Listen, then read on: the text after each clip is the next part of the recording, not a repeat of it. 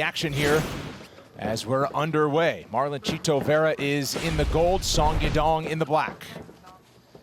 As you mentioned before, Brendan, there is a reach advantage in the arms for Marlon Vera, but also a reach advantage in the legs by 2 inches, and that's the big advantage that he has here. He's by far the better kicker.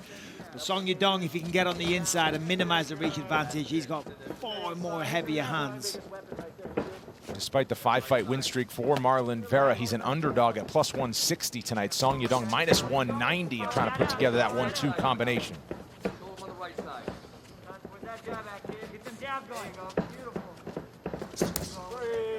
Fires a low kick.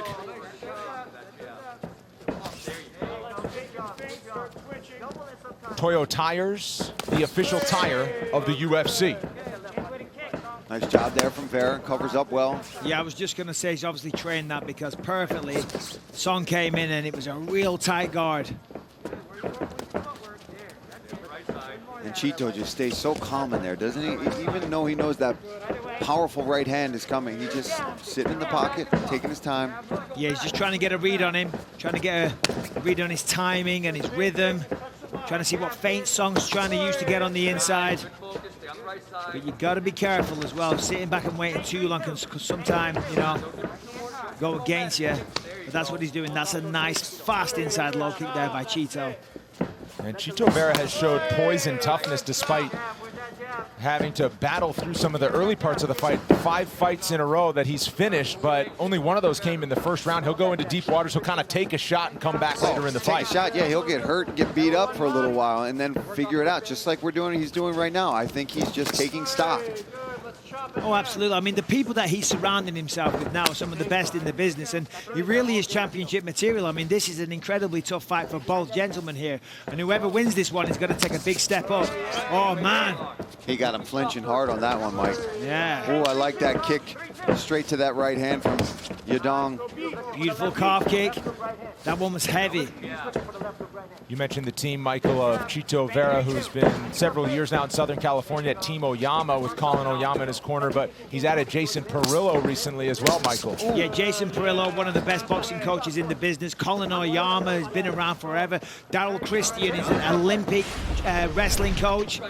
And Jiva Santana, the arm collector, that's his jiu-jitsu coach, who's just an amazing coach. So an all-star team of coaches at his disposal. Perillo saying that the fight IQ is really improving for a guy like Marlon Vera, who says, a lot of people will say they don't watch film on their opponent, they leave it to their coaches. Vera will say, my wife and the kids are out for a few hours, I turn the lights down, I watch my guy and everything I can find on him to really try to break it down myself, and then we convene with the team and figure out how we're going to get a win.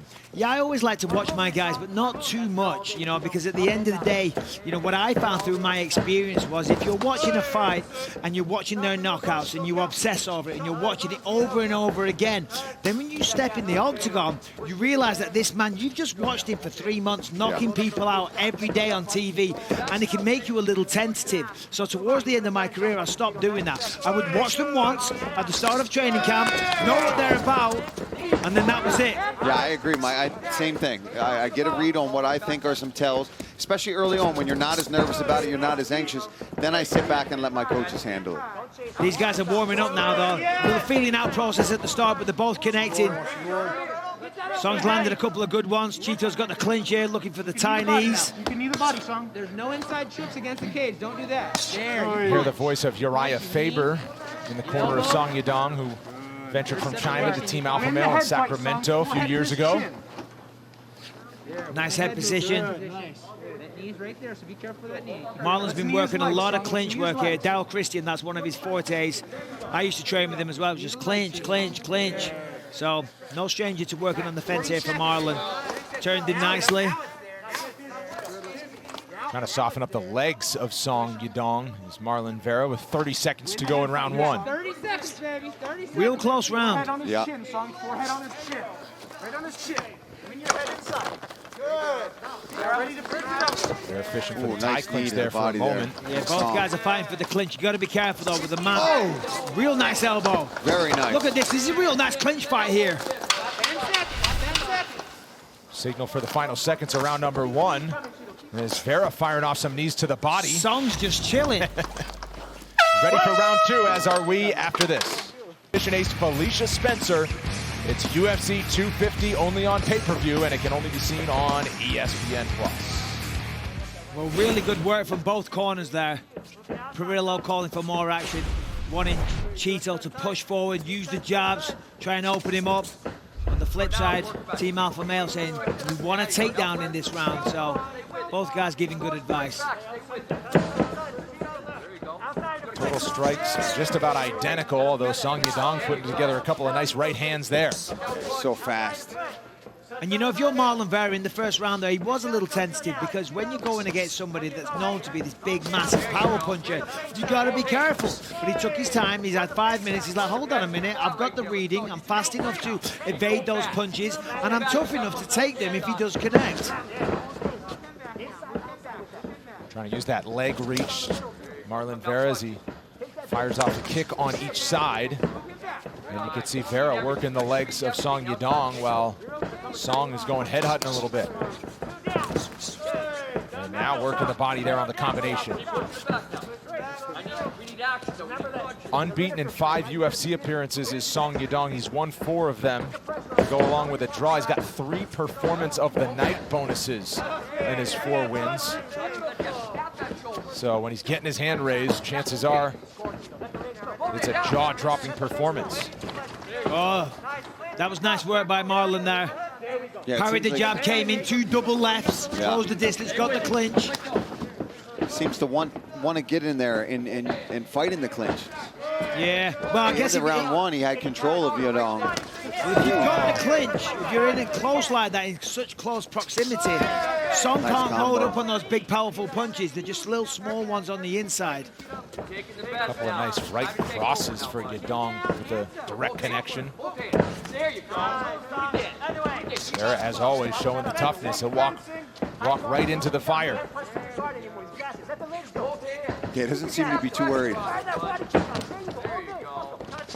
You gotta be careful though, because as he's stalking him, Yadong's just sliding back and landing some good combos. Nice kick to the body there from Vera. Each one to the body. Combination from Song. These guys are letting it go here. Man, Song's big left swinging wobbles here. him on the way out. Yeah, Song is swinging with everything he's got. I tell you, there's some chin on Marlon, because he's taking some heavy shots clean on the chin.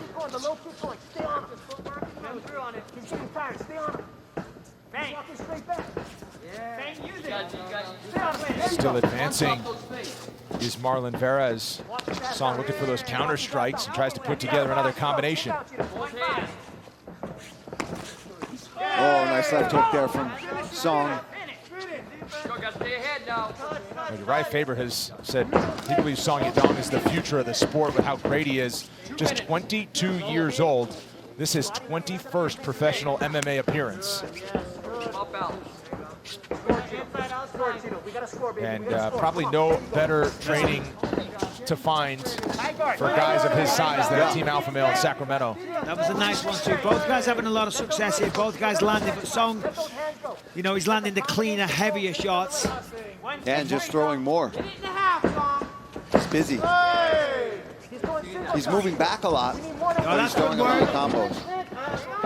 Trying to press him Trying in. to knee. A knee on the way in, but missed the chin of Song, who forces the clinch, and now Vera reverses position. Attack the legs. Attack the legs. There you go. Again.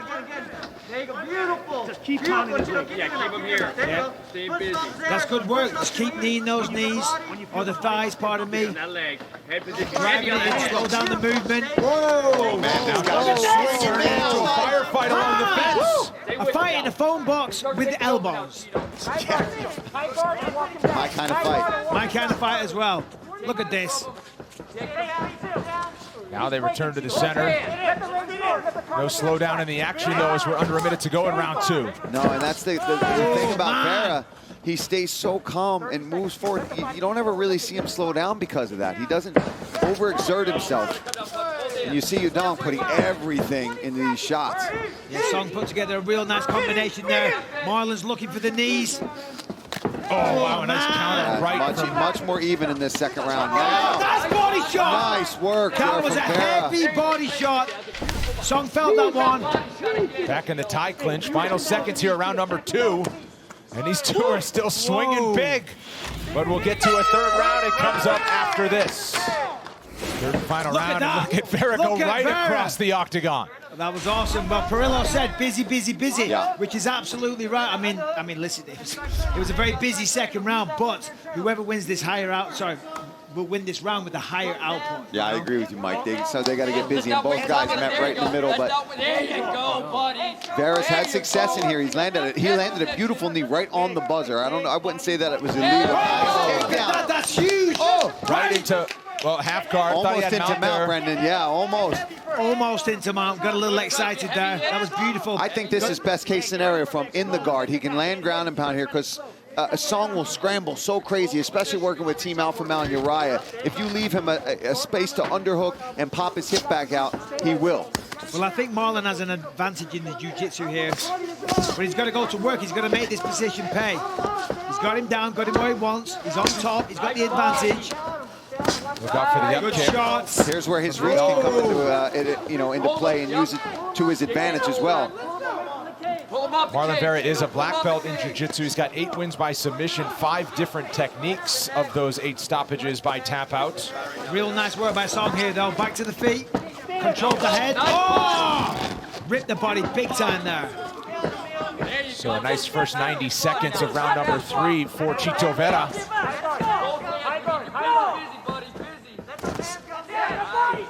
And now Song trying to put it together. He's got that quick 1-2, Paul. Yes, Vera doing a good job of hand fighting them and blocking a lot of these punches and moving forward. I wouldn't be surprised if we see Song attempt his own takedown to get that back here in this third round, especially in a round that's going to mean so much to the outcome of this fight. Marlon does a real good job of doing an advancing knee with the left leg. Kind of feints it and then throws a good jab. He's landed it many times. Song's background is in striking. Started training in Kung Fu when he was 9 years old and realizes that he needs to get as good on the ground as he is on the feet. Started to try to find a home for some of these punches here with under 3 minutes to go. Yeah, and Song's starting to land some combos here. This is a really close fight, though. Nice left cross. 1-2-5 right now. 1-2-5-2. 1-2-5-2. 2.5 to go. Oh, another counter combination on the way out for Song. I tell you what, Marlon's got some chin because every time Song throws, you can hear the impact. It's just a sickening thud. Ooh, yeah, like right there. Yep. Oh, Wow, man, Chito comes in with the uppercut. Song is really starting to land here. Look at that. Coming up with a knee to the body. So short. Kick down low for Vera. Song swinging on the other side. Yeah, Vera's landing here too. Both guys going back and forth, just eating punches. Nice 1-2 there from Vera. Real nice work. Knee up the middle. Exhausting pace here in round 3 as well. I mean, at this point, this is just a dogfight. Both guys are very, very evenly matched. They've both got the same will to win. They're physically evenly matched, and it's just, okay, we're going to stand there, and someone's going to fall down, and we're going to see who it is first. Nice knee to the body. Oh, uppercut. 90 seconds to go Nice now. knee. Nice. Neither of these fighters have ever been finished. That's crazy. There's something got to give here in the final 120 to go. Work, Song. 80 seconds. Hard. Let's go. Song, work. Suck it up. Let's go.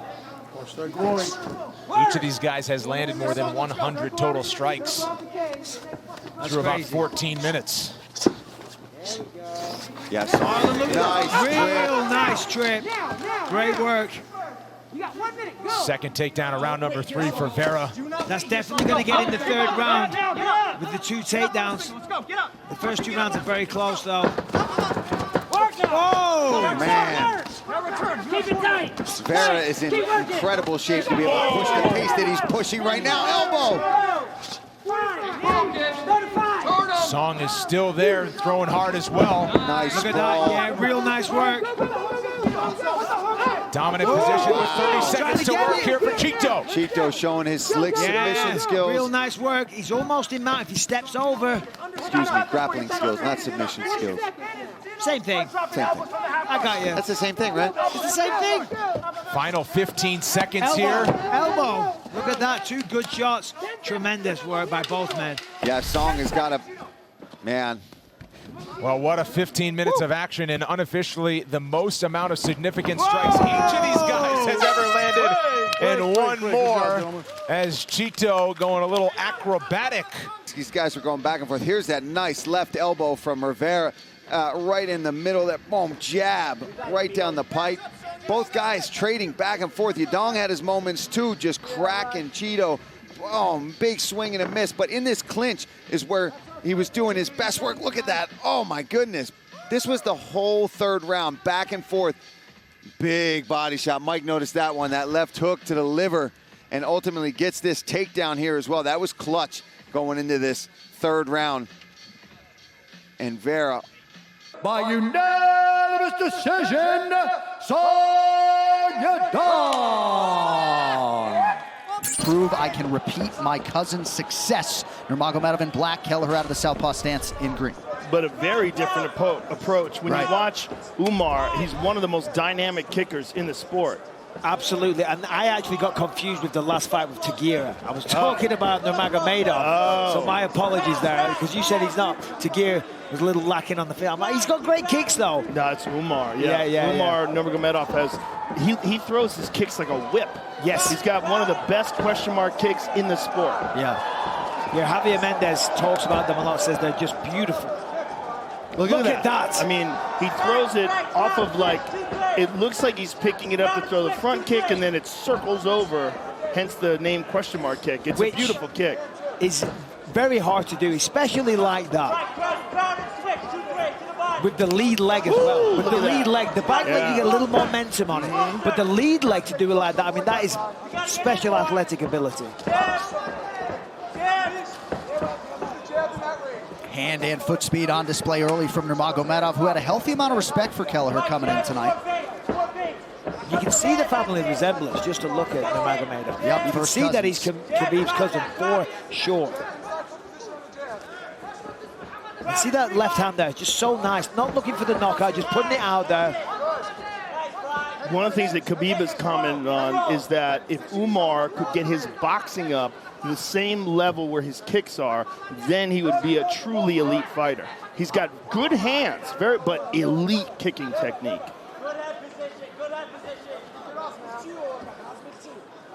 So right now, I mean, Umar, he's got the double underhooks.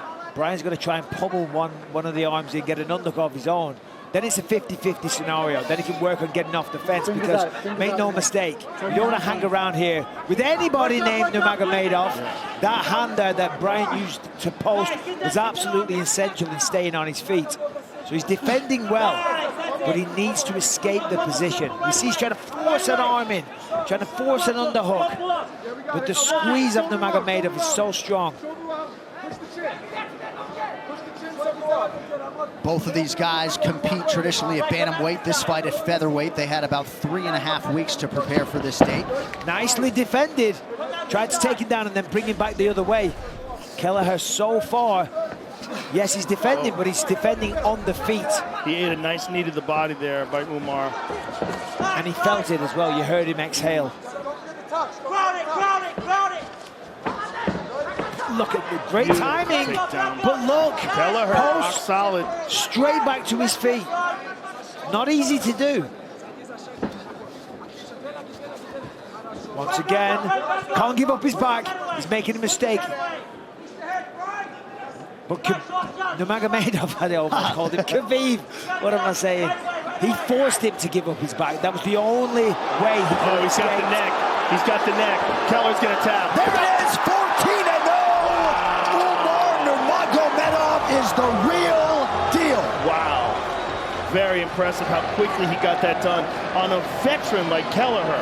To be able to get that choke in that quickly, he used that leg, laced that butterfly to isolate that leg, to take away his base, and then in the whole transition, snuck that arm under the chin in perfect technique. Let's take a look at it one more time. Watch how he uses the left leg. Steps over with the left leg. Look how he uses that butterfly and just climbs the back, hooks with the right, and then gets that left arm right into the chin there.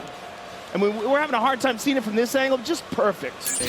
Song Yadong. This fight clock is brought to you by the United States Marine Corps. And perhaps fitting to have a fighter like Song Yadong on the card with Max Holloway. Holloway, 25th UFC appearance today at 29 years old. This is already his 9th UFC appearance for the 23-year-old from China. Yeah, that's impressive. Always getting better, still working in the gym with Team Alpha Male. Well, powerful on the feet, good wrestling. Yeah, exactly. I mean, taking yourself out of China and coming out to America, training at American top team. Not that I'm saying, you know, you have to do that, but it just shows a commitment to your craft. It shows that you want to be as best as you possibly can be. Team Alpha Male, this kind of weight class, a great place to be. There's that right hand. Whew. I mean, there's a lot of power in that. He throws it with nasty intentions. Certainly. And against the southpaw, sorry, Yeah, that's going to be his main weapon against Arce, who's in the southpaw stance. Absolutely. Control the foot battle. Keep your foot on the outside, swing the right hand, left hook, classic combination. Arce's yet to show anything. He's taking some reads. A little fake jab there. Didn't really plan on landing that one. That's just more throwing it out there. That one landed though.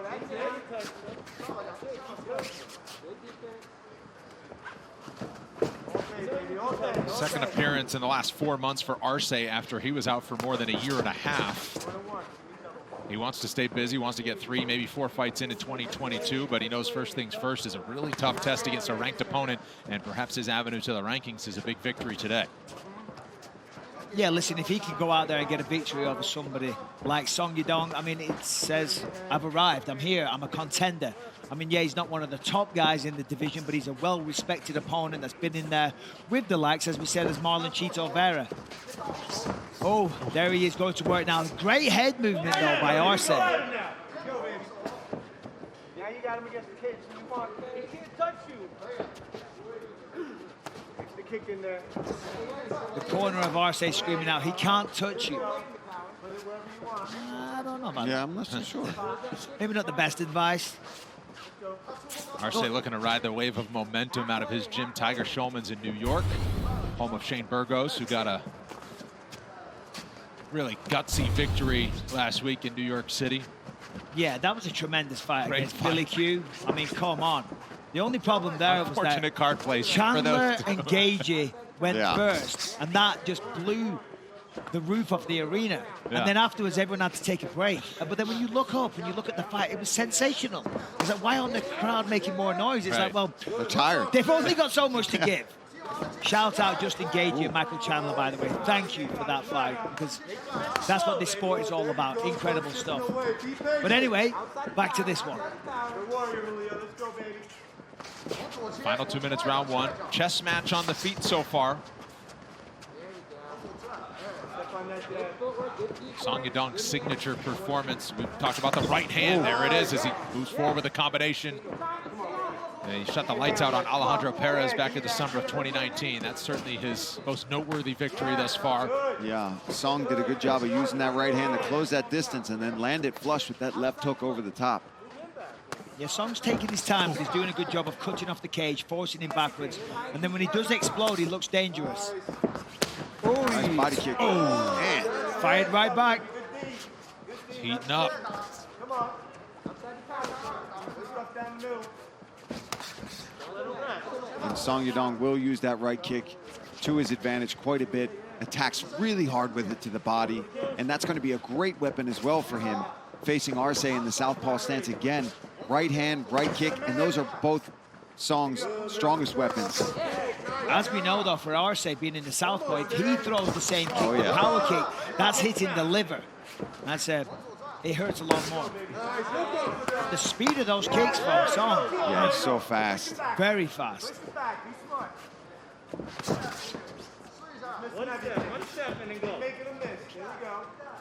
But as we saw in Julio Arce's last fight too, he takes his time, he makes a lot of reads, and then he turns it on. And when he found the moment, when he found the chin of Andre Ewell, that was it, wobbled him immediately.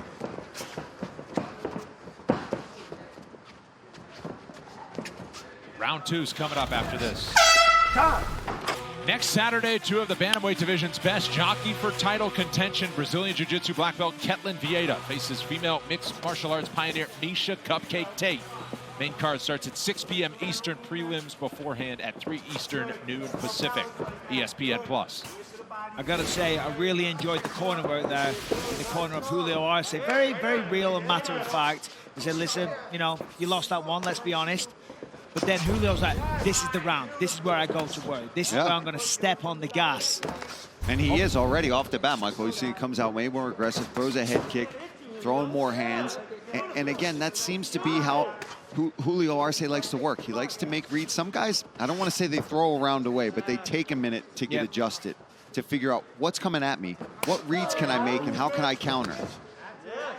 Yeah, and listen, you spend 5 minutes in there, you know you can hang. You haven't just been outclassed, you haven't been knocked out, you didn't land anything significantly. However, you didn't really do much in terms of offense either. So now it's like, okay, all right, I let that one slip by me. You know, that one slipped into the back of the net, but now I've got to take control of this fight. You know, because at the end of the day, it is a fight. You know, it's not all about defending. You know, you've got to be offensive as well. He's off to a good start here in this minute, but still both guys, they're very evenly matched in terms of speed, striking ability, everything. Neither man really thinking about a takedown. It's a kickboxing match on the feet, and they're kind of going tit for tat. There we go. Oh, he's wobbled now. There it is. There's Song my Yadong heart. under pressure. Puts him out. Good. Song Yadong returns to the knockout win column. What a performance that was. Second round stoppage and a ferocious attack for Song Yadong. They were going to go to work in round two, but I think it was Song that got off. That head kick was the beginning of the end. He was wobbled there. There's a big right hand. Another one sits him down. And Herb Dean went in there, but he kind of missed him. He kind of stumbled over the leg of Arce, bless him. So Song got a couple more in, but look at that. He even kind of blocked it with the forearm, but the power, it still gets through, still connects with the neck, and still wobbles him. Beautiful finish. Great job, Song Yadong. I mean, the highlights this guy has put together, and still just 23 years old. And like his counterpart, has notched finishes in his last two victories. Nurmagomedov is in the white, Maness is in the black. And listen, this is not an easy fight for UMAR NURMAGOMEDOV. Now, granted, he has the ability to make it look that way, but don't be surprised if Nate Maness upsets a lot of people tonight. Very dangerous with the hands. The man can grapple as well, probably, you know, at a disadvantage in that department, but this is an even fight.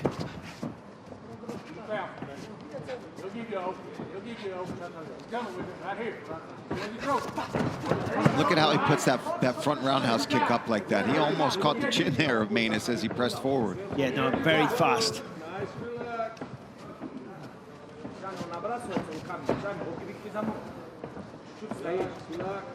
Stance switching from Nurmagomedov through the early going.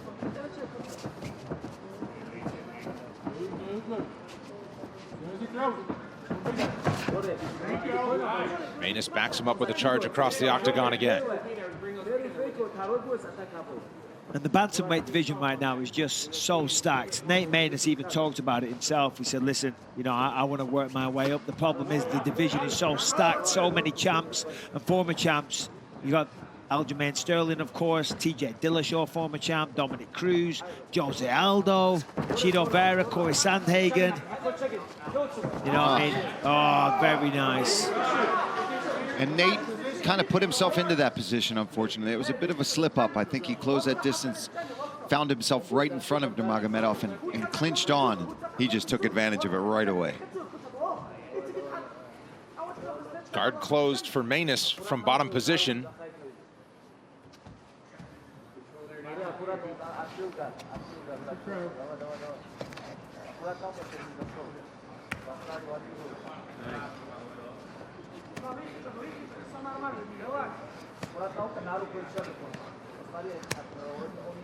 Toyo Tire's the official tire of UFC.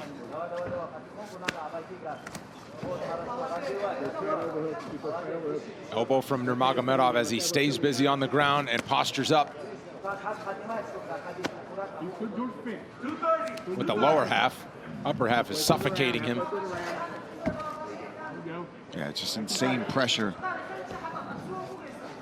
I'd like to see him be a bit busier, though, if I'm honest. You know, and you got to think Herzog, that was a nice shot. If he keeps doing that, he'll maintain position, but you have got to be active down there.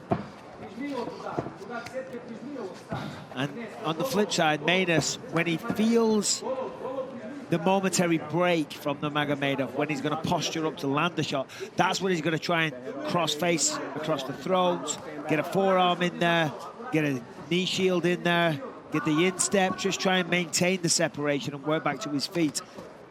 But when Nurmagomedov has this kind of downward pressure like this and really giving no separation, it's really hard to get back up. He's got the fence behind him now. I'm curious to see if he's going to release this guard. Correct. He needs to. He might be so worried about what's going to come at him if well, that's he does. it. You open the guard, they pass to the side. Next minute, they're on your back and they're choking you out. Maness has to be aware of that. Get that wrist control. Get that wrist control. Get that under the left side. Get that hand through there. He's looking to pass now. He's going to step over that knee, right into half guard. You know, to be fair, at this point now, if I'm Maness, I'm trying to maintain my position and restart at the end of round 2 because, you know, he's going to have a hard time stealing this round back, so you might as well stay defensively sound, not make any mistakes and not cost you the fight. No big damage. He's like, all right, whatever. All right, I'm 1 down. Still got 2 more to go. I'm going to start on my feet in a second. Now we've got full mount almost. 3/4 mount. Yeah, he's got to be careful here with this much time. He's got to at least do what you said and stay more defensive with it if you're going to stay down there. Oh, boy. There's a clear advantage for Nurmagomedov on the mat. That's become obvious. Control time over 3 minutes and counting. Coming up on the final 10 seconds. He's trying to get that Kimura there or an Americana. Back of the head. Watch the back of the head. Aim for the ear. Instead, Nurmagomedov just stay busy with the left hand and go to round 2. Round coming up. Nate Maness between rounds acknowledging, yeah, he's pretty good. Yeah, that was... Not overwhelmed. That made me chuckle. He's like, yeah, he's pretty good. He's pretty good. But that's what you got to be like. Don't allow yourself to get frustrated and angry. That's going to work against you. So, yeah, he's a Nurmagomedov. He's from Dagestan. Yeah, he can wrestle. You don't want to find yourself on your back, bottom position. He has to go to work, though. He's going to try and put Nurmagomedov on the back foot. Easier said than done, but, you know, in this situation, defense is the best form of attack. Oh, look at that. Not where you want to be. 40 seconds in. Maness a little more urgent here with the defense. He's going to pull that leg back. Too late, though.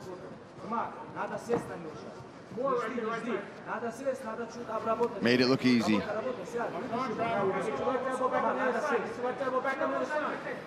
And now with 4 full minutes to work, he's already in half guard.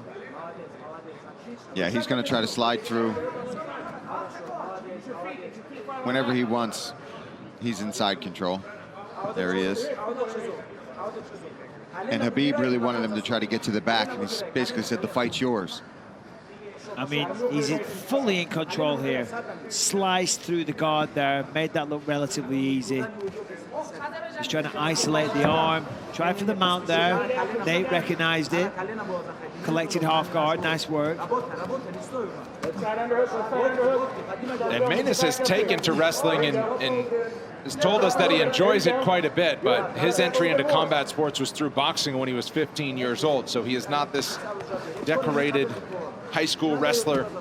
Yeah, you're always going to be at a disadvantage going up against a truly premium wrestler, a guy that's done it their entire life, type of person that is, you know, dedicated almost all their spare time to it, like Nurmagomedov has. You're always playing catch-up as a former boxer, and I don't think you'll ever catch it up, to be quite frank. It takes so long to learn, to master. I mean, you can learn how to do a double leg, but to learn how to put it all together, to make it look so easy, the way that Nurmagomedov does, not a lot of people get to that kind of level. Trying to attack that forearm, but I think he's just going to use it to set up a better position here. If he can get Nate worried about that arm, might be able to open up an arm triangle or get him to turn to his back.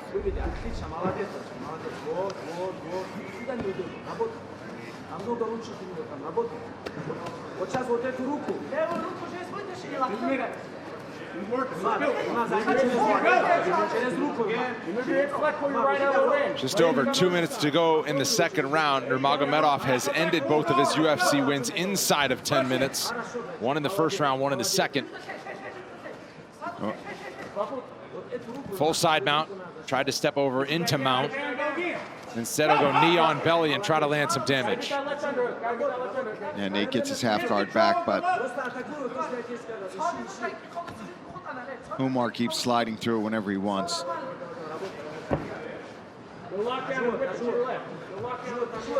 I think if he wanted, Umar could also posture up and start letting down some more powerful ground and pound, but... Yeah, I mean, because generally they don't posture up because they don't want to lose position. I don't really feel that there's any danger of that, and if he was to lose it, then we've seen that he can re-establish that with relative ease.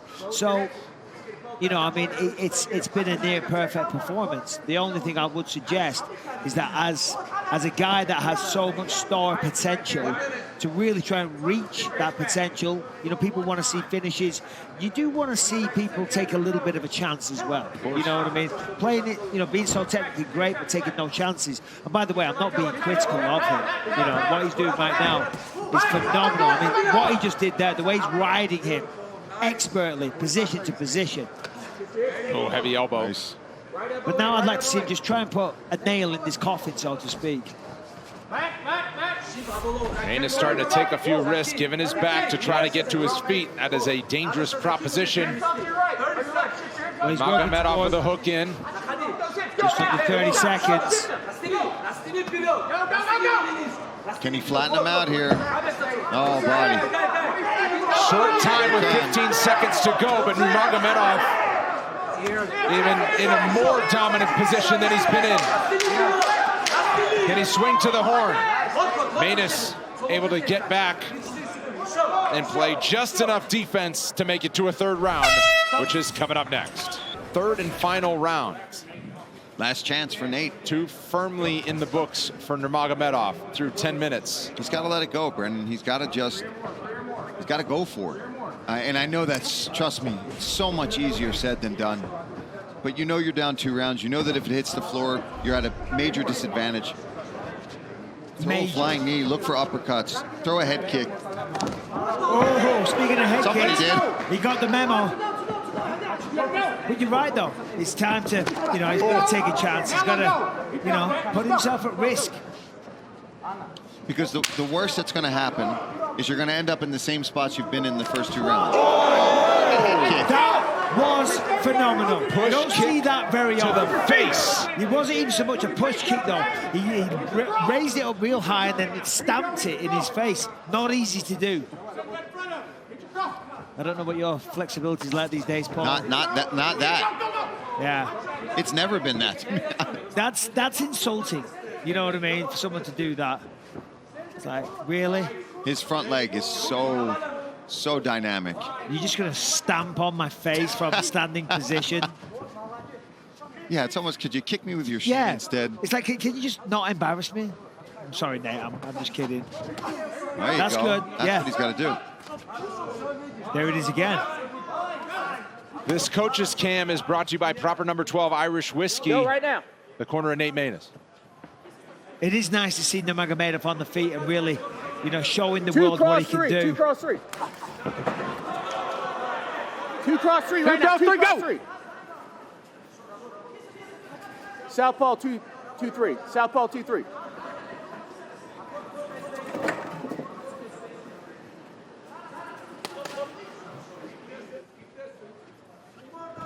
Three minutes to go, final round.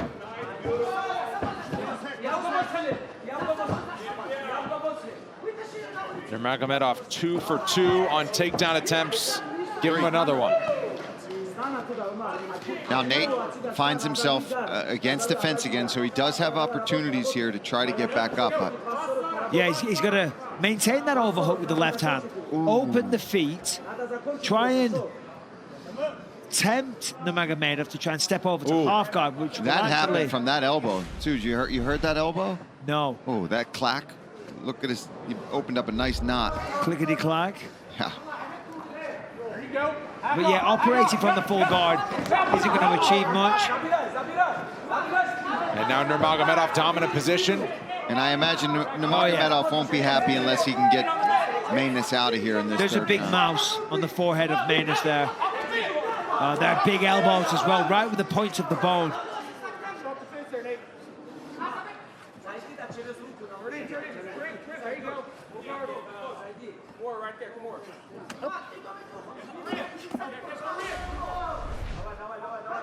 Significant strikes, 42-1. That's the whole fight? That's the whole fight to this point.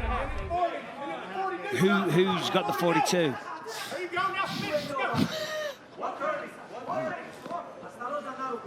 Umar. Yeah, no, I know. It's a really frustrating fight for Nate because Nate is fantastic in there and he's had so much success.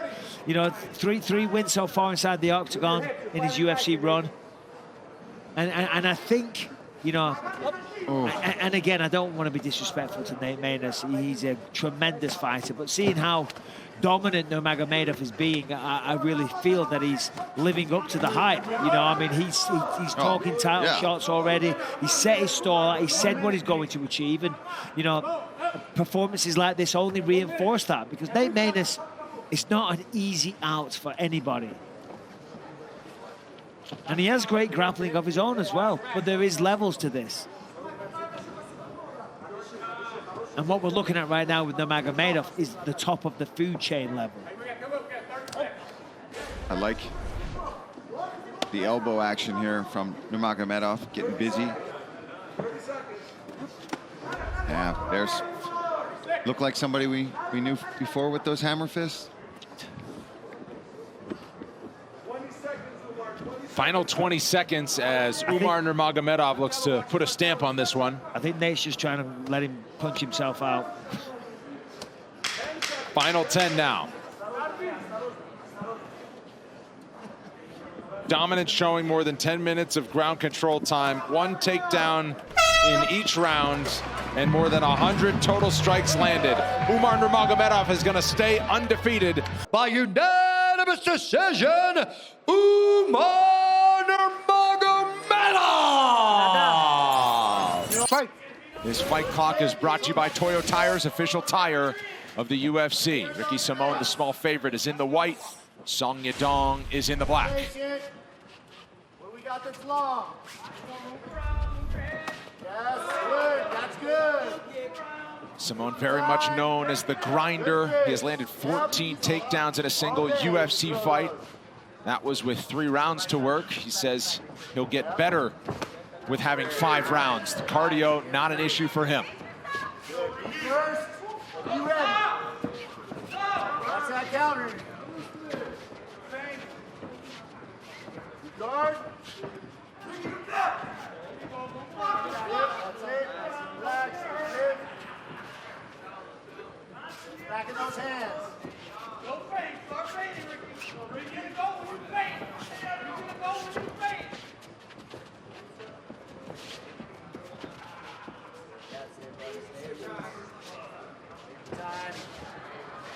Ricky Simón showing a lot of respect for Song Yadong. Not really charging in there like he normally does. Song is building his reach right now. Trying to figure out how he wants to approach this challenge. Simón also trying to get his mind ready for this 5-round pace as well. So I think we're seeing a little bit of a different patience out of him. Got a long fight. For a leg, and that's the first strike thrown by Song Yadong, the leg kick. One of the few blemishes on the record of Ricky Simón came against Uriah Faber, who's in the corner of Song Yadong when he just, I think, made a rookie mistake, even though he wasn't a rookie, but he just kind of charged in there, didn't really respect the power on the other side.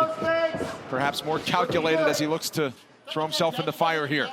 Absolutely, in Sacramento too. You know, all the recipe for just a very difficult victory, and Uriah Faber kind of steamrolled him there, but Ricky Simón, as he has said time and time again, he doesn't lose, right? He gets chances to learn.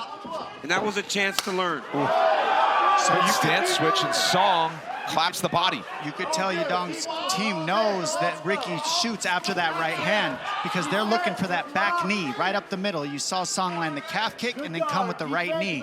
He's looking to time that right knee when Ricky changes levels. That's why he's sitting and waiting for Ricky right now. He wants to meet him at that level change.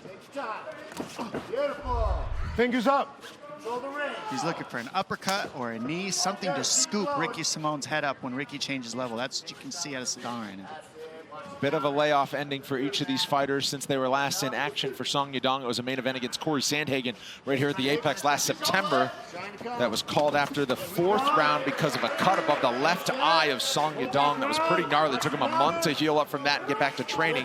For Ricky Simón, it was Long Island last July when he took out Jack Shore.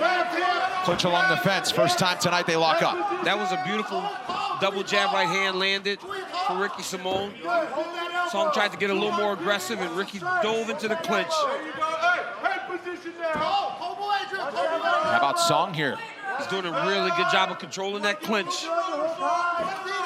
Simón reverses position and shakes him off. 90 seconds to go, round 1.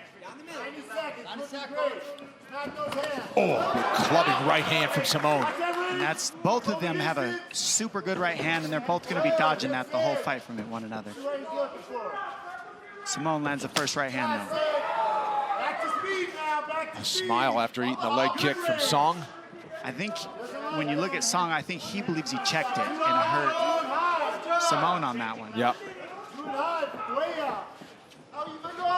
1 minute. Yeah, he's biting on it.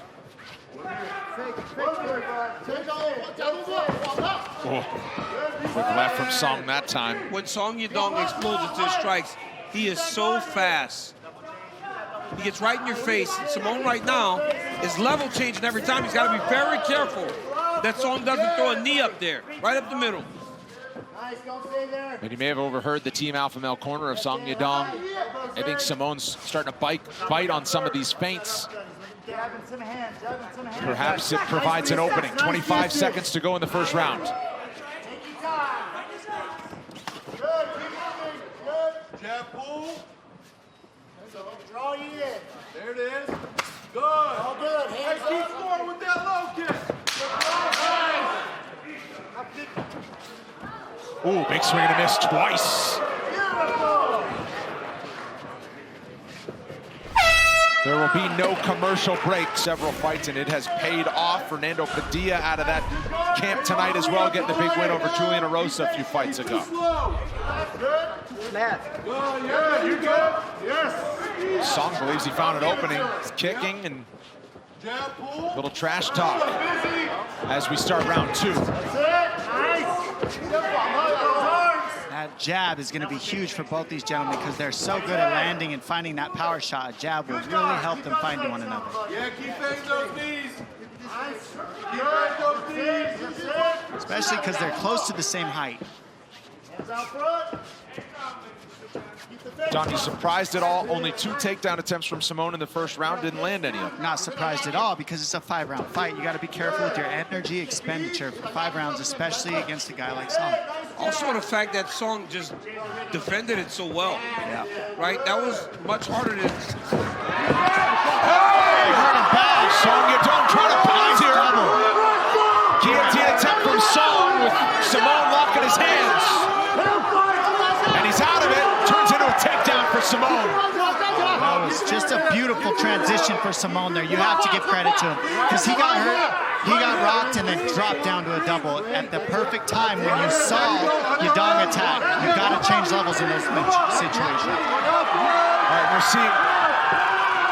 Oh, wow. Okay, so that knockdown, as it were, that was a clash of heads as they came together. We just saw on our replay monitor here in the booth.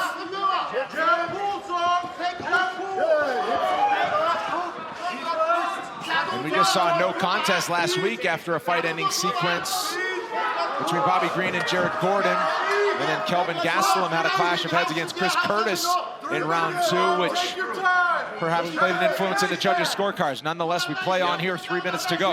Yeah, we just saw the clash of heads with Bobby Green as well recently in the last card. So that happens all the time. These guys were able to keep it together. Nice reffing.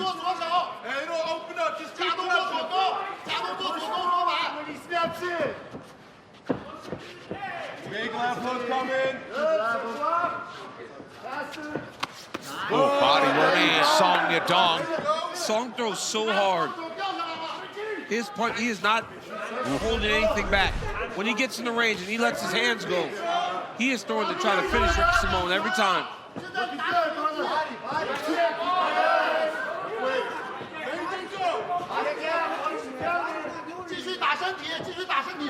That exchange with the head clash led to the only takedown of the fight for Simón, but of course not a lot of ground control time. Now Song sits onto that left hand. That was a beautiful setup. He went right hand to the body first, then he come back with the left hook. Song's found his mark. He's found the timing of Simón in this round. He's landed a lot more, and not just landing, he's landing significant strikes. Yeah. And you're seeing the teep kicks start to land. That's setting up the power shots. He's using the teep kicks as the jab to find his range against Simón. And discourage Simón from level changing. He keeps showing him things up the middle.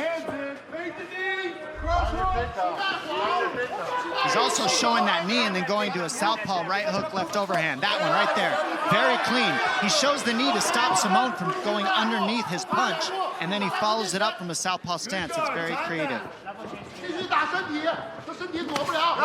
come together again. Song walking him back to the fence.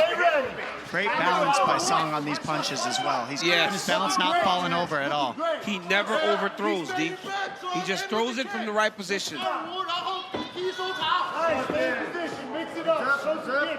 Final minute, round 2. Punch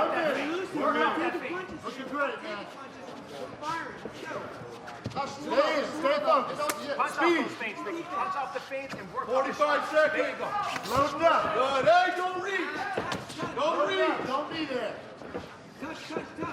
Working that speed. There you go. Have some Came close with the counter, now he goes left hand to the liver. Those body shots are hurting.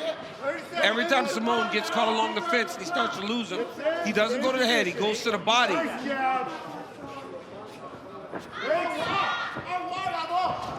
Simón's gonna have to do something to get some respect, to get this guy from just walking him down. That'll help.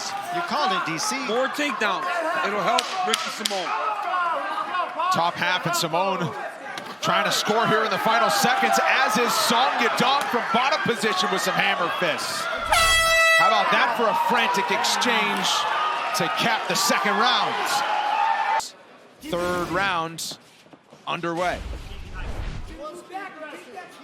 And after being an even money underdog, Song Yadong has swelled to being a favorite at near -300 after 2 rounds. One thing Ricky's doing really well too, nice shot down the pipe. But what he's been doing so well is not backing straight up. Ricky's always going laterally, side to side. He's not going in straight lines. That's really helping him so far with setting up those shots as well.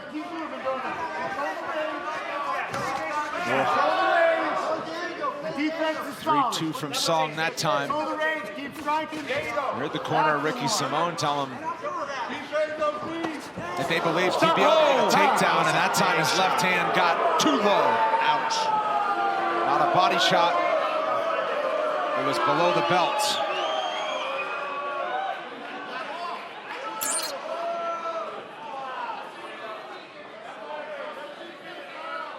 Yikes. On the money. You rarely see that from a punch.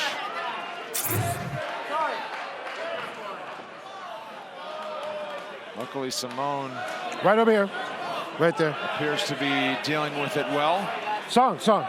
There.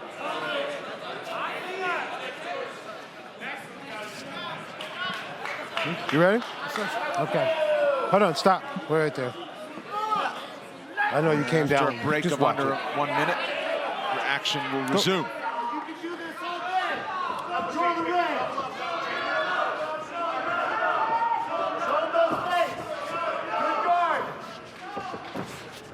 Good, that's it. Keep touching with the jab. They don't open up, Song. Use that double jab. You landing too. He's about to load up. Good guard.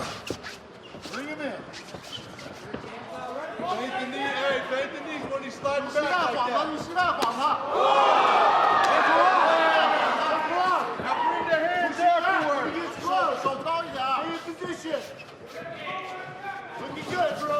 Don't chase with the right hand. Use the jab, Ricky.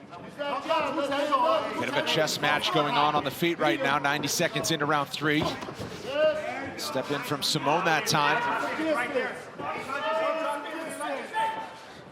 Good. Hit it when you go. You're looking good. Good guard. Nice, patience. Simone punching into a takedown attempt. Song was ready for it. He telegraphed that one a little bit. You can see him starting to level change. Song started to defend before Ricky even got down into a stance to shoot. Showed that one far too early. That's it.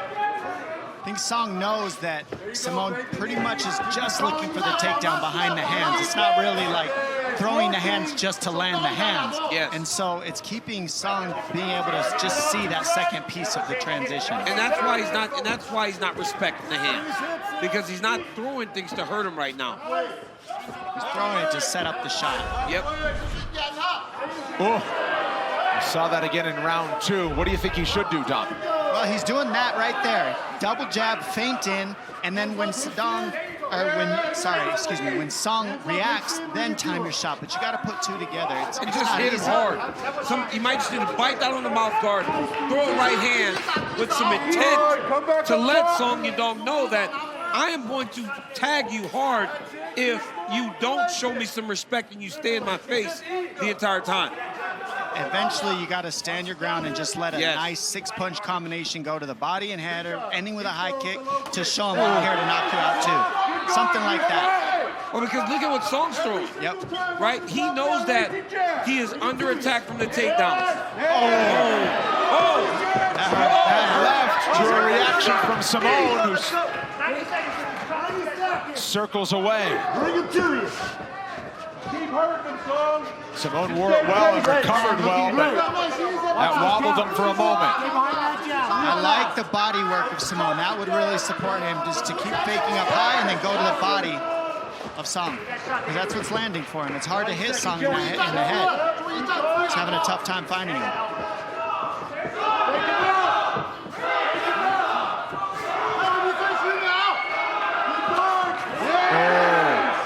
And Song starting to find the timing a little bit when Simone enters.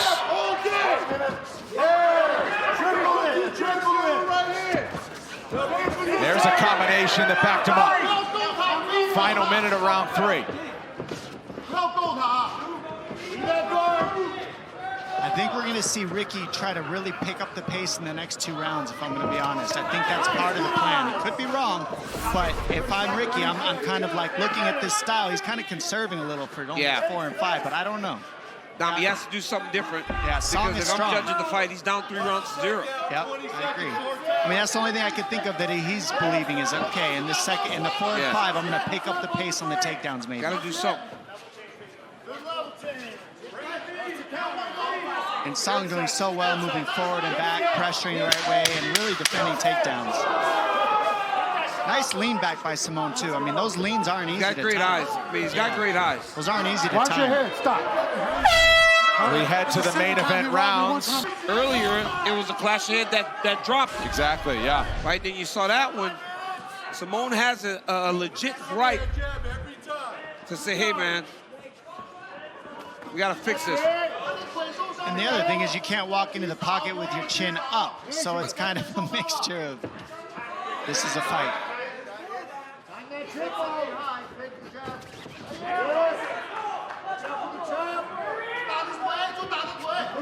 Coming up next, don't miss a recap of all the action from the Apex tonight. UFC Fight Night post show is on ESPN+. Karen Bryant is in studio with Alan Jouban and Michael Chiesa to break down tonight's big results. Plus, Megan O'Leary interviews the big winners. That's only on ESPN+ coming up next. Flying knee for Simone. Oh, body shot from Song, who puts together a combination. Song's boxing is sick, man.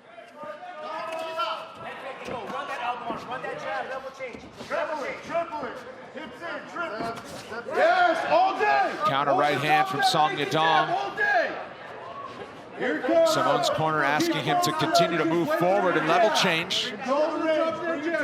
There it is. And Song with a nice sprawl. Simone, second effort, backs him to the fence, but that's about it.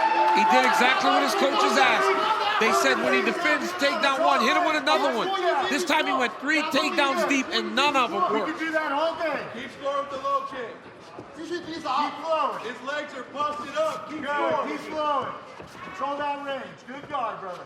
Bring something behind that. And perhaps the grappling approach and preparation of Song Yadong going down to Austin, Texas is paying dividends now. He's been able to keep the fight where he wants it for the duration so far.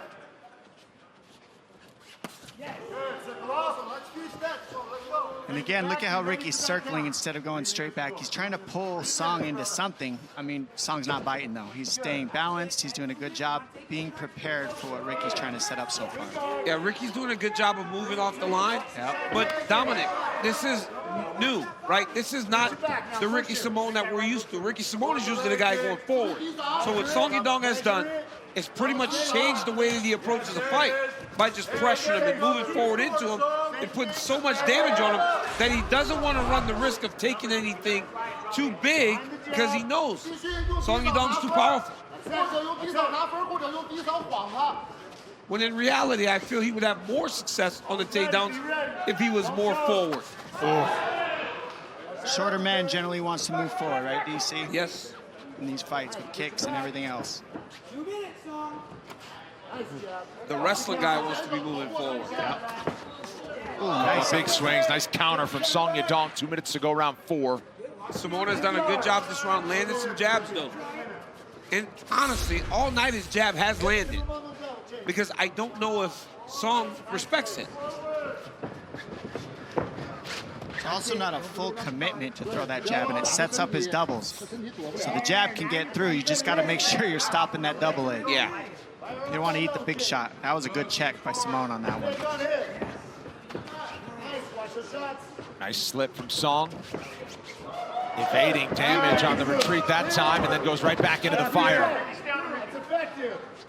And for Song Yadong, 13th fight in the UFC.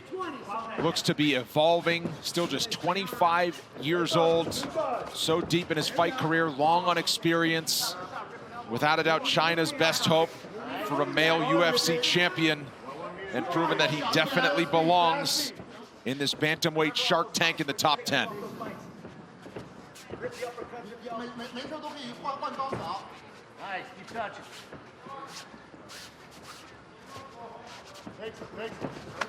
Oh man, counter shot.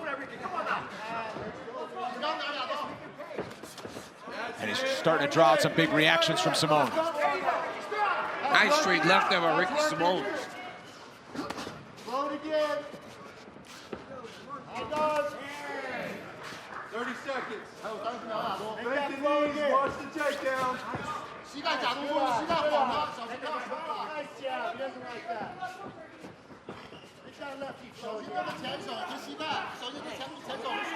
Simone hanging in. He's stuck the jab a couple of times.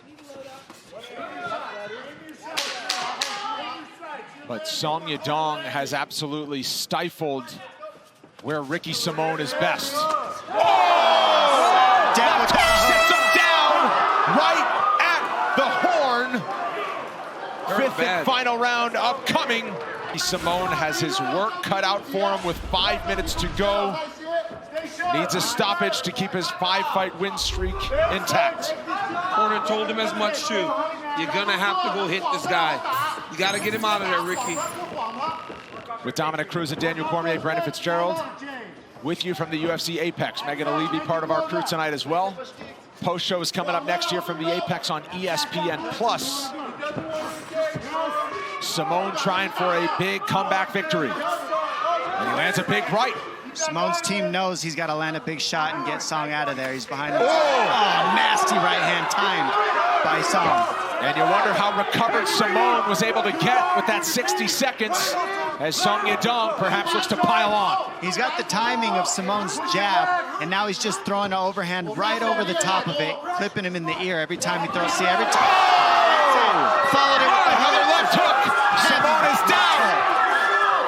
That was nasty. Song Yadong pouncing on him. And he robs him again. That's going to do it. Gave him a good shot to finish. In the fifth round, that was great wrestling. Song Yadong is absolutely at home with the best bantamweights in the world.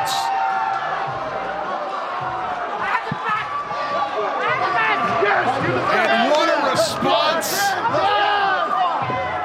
for Song Yadong. After his main event last time out, he was able to show grit and toughness. This time, he showed skill and the ability to put it away in the final rounds. But watch here, guys. This right hand, boom, another left hook that just starches Simone. I don't know if Ricky Simone ever recovered from that shot before the end of that other round. Look at him slip. Watch him come back with the left hook. Nasty. Right on the chin, drops Ricky Simone, jumps on him and gets the finish. Song Yadong needed to make a statement, and that is exactly what he did with that performance. He looked fantastic tonight.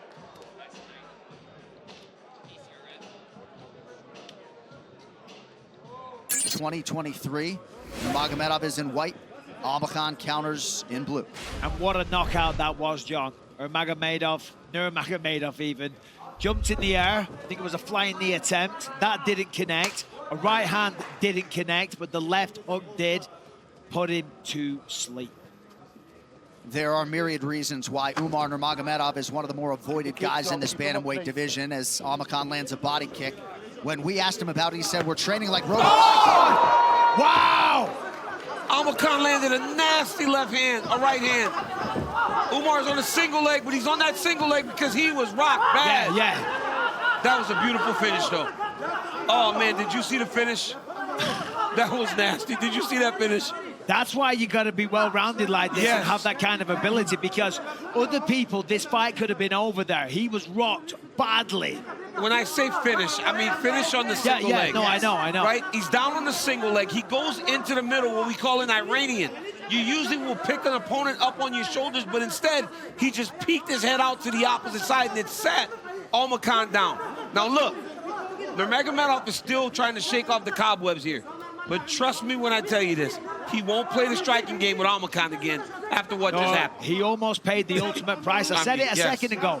You know, I mean, it's a courageous move of UMAR NURMAGOMEDOV to take this opponent. He's doing big things, 16-0, closing in on a title fight, takes on the newcomer with a massive reputation outside of the UFC. You could blow it all, and he almost did. But now it's time to get back in the driver's seat. Almakhan expected this fight would go the distance. He certainly expected Nurmagomedov to wrestle, getting a heavy dose of that here, 2 minutes in. And I think that's the, you know, you expect him to wrestle, but I think the wrestling comes in part due to his ultimate respect. After Almakhan could do what Almakhan just did, you respect him enough to play the safe game now, if you're UMAR NURMAGOMEDOV. Well, when we spoke to UMAR this week, he's just locked in, and it's just second nature. If he's rocked, he goes for a takedown, because he said, we dominate in everything we do. We're not being cocky about that. He said, we're not out partying, we're not socializing. He said, we just train like robots. We do what we are told, we train like crazy, and you can see the results in that. He gets clipped with a shot, instant reaction, boom, grab a single leg, put him down. There's no thought process involved. 7 career wins by submission for UMAR NURMAGOMEDOV. The last 6 have come by rear naked choke. Working off the back here, about 2 minutes to go, round 1. Yeah, for Almakhan, I mean, he's in a pretty bad position. It's a body triangle.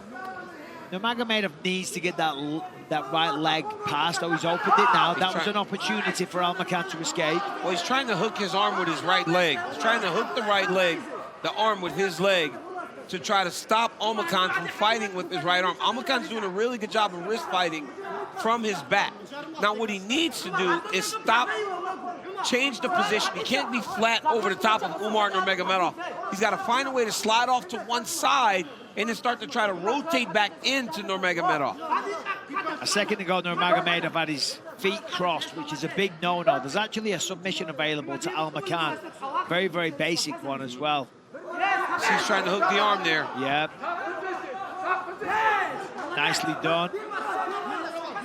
In this position here, generally you get an underhook, and you're able to kind of hike that thing up and get away from your opponent. But right now, what Nurmagomedov is doing is creating so much pressure down that even though Almakhan has the underhook, he cannot move. You know, I saw a quote this week from Dana that said Dustin Poirier said he was freaking out because of the way Khabib was holding him down. Yes. That strength, right? It's something that these guys do in their grappling that really does give their opponents issues. Oh, nice elbow from Nurmagomedov.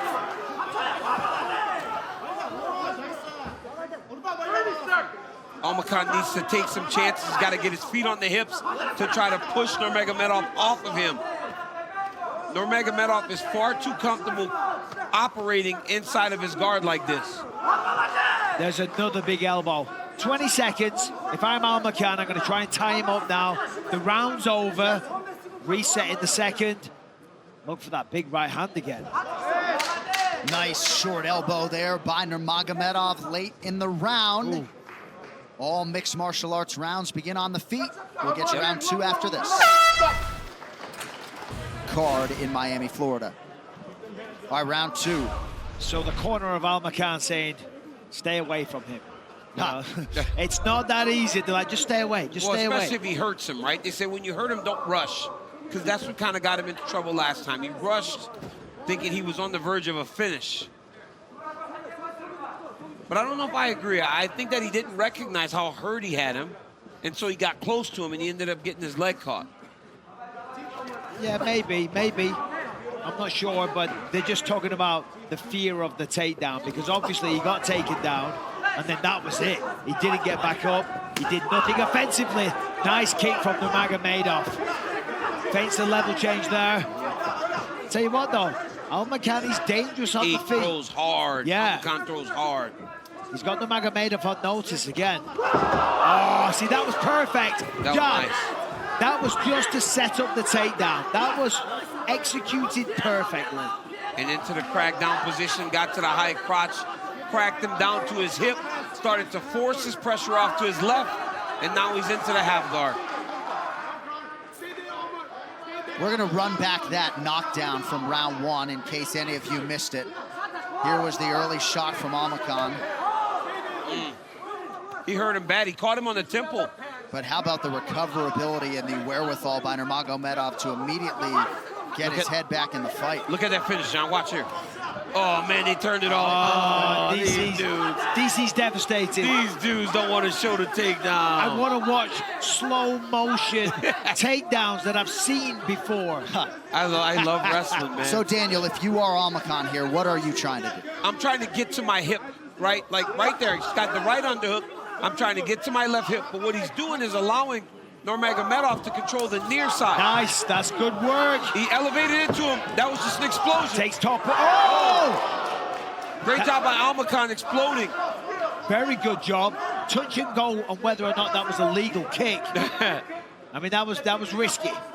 Sometimes you got to just get desperate. Here's the deal. When you do those big explosions, they generally will work. But how many times? Again, look at that. High crotch, sit him back down to his hip. Almakhan didn't fight the takedown with urgency there. He didn't try and throw him off. Didn't try and use a whizzer. But right now he's flat on his back. He's got to get up again. Well, he's got to do something. Got to get up. Now he's got to do something technically sound, because if he tries to explode again, now that Nurmagomedov has felt it, he's going to be ready for it. Now Nurmagomedov is in mount. 2 minutes left on the clock. He's going to gift wrap him up, chip away with elbows. And I think this, see, he tried to explode again. But I think this is where the opponents get discouraged, because Almakhan had a moment in the first round. But then Nurmagomedov got a takedown, and he just continues to build in the cardio and the pace and the pressure. Yeah, he's building now. Yeah. He's building now. Oh, Umar really opening up here. Oh, look at this, though. I mean, that's incredible from Almakhan. Got to respect that. Taking massive blows. Yep. Just gets up. Almakhan's got to let his hands go. Yeah, he can't wait. He cannot wait. The moment he stops and waits, Nurmagomedov is going to shoot on it. That's a quick shot, man. That's lightning.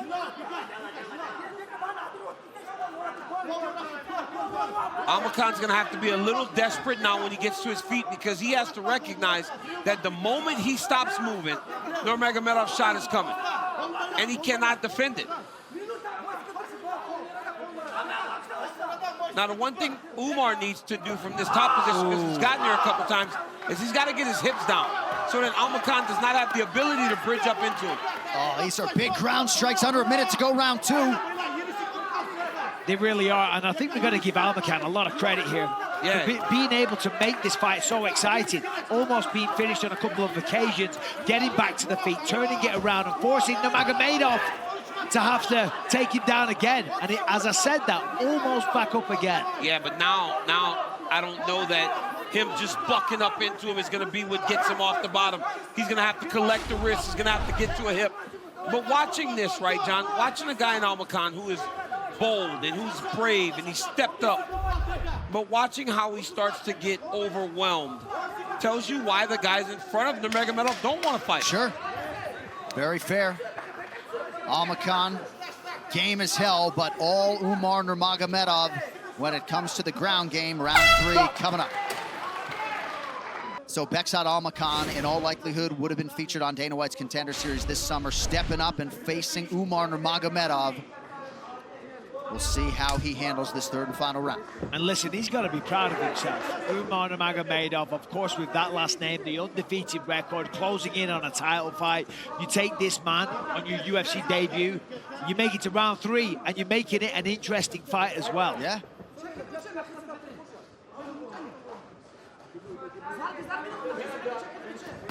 Oh. Strike to the body lands for Almakhan. Javier Maness between rounds does not want to engage in this realm at all. Yep, he said, listen, take him down. He's dangerous on the feet. The path of least resistance. And Umar acknowledged as much in our fighter meeting, right? He said, it's MMA. I'm going to fight him where I'm better. Level change incoming. There it is. Crack down again. I mean, just every time he gets to the head outside single leg, he just moves his feet to set Almakhan down. Almakhan's got an overtie to try to keep him in place. You see that, Nurmagomedov tying his personal best, 5 takedowns secured thus far.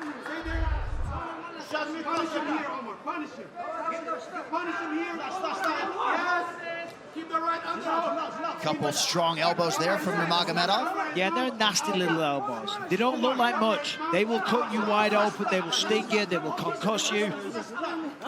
Oh, that was a good one.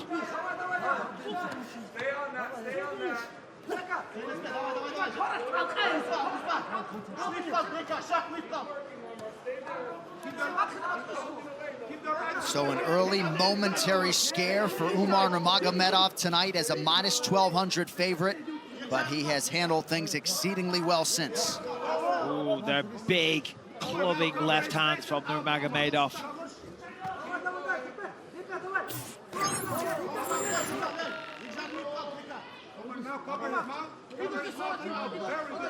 Yes, Omar. Again, Omar.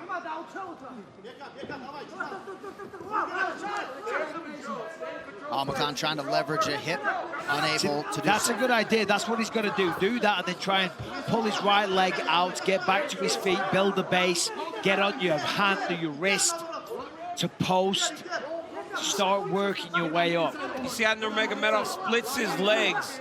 It only gives you one out. It's to go to your knees. Almakhan took it and now he got flattened out. It's all a setup. You split the legs. Don't allow them to turn back towards you. Give them one out. That out is to their back. You end up in top. And now he's sitting on the legs in that 3/4 mount. Under 2 minutes now to go as Umar Nurmagomedov tries to improve to 17-0. And how about the ground strike volume and success? Wow. That's a lot of ground strikes.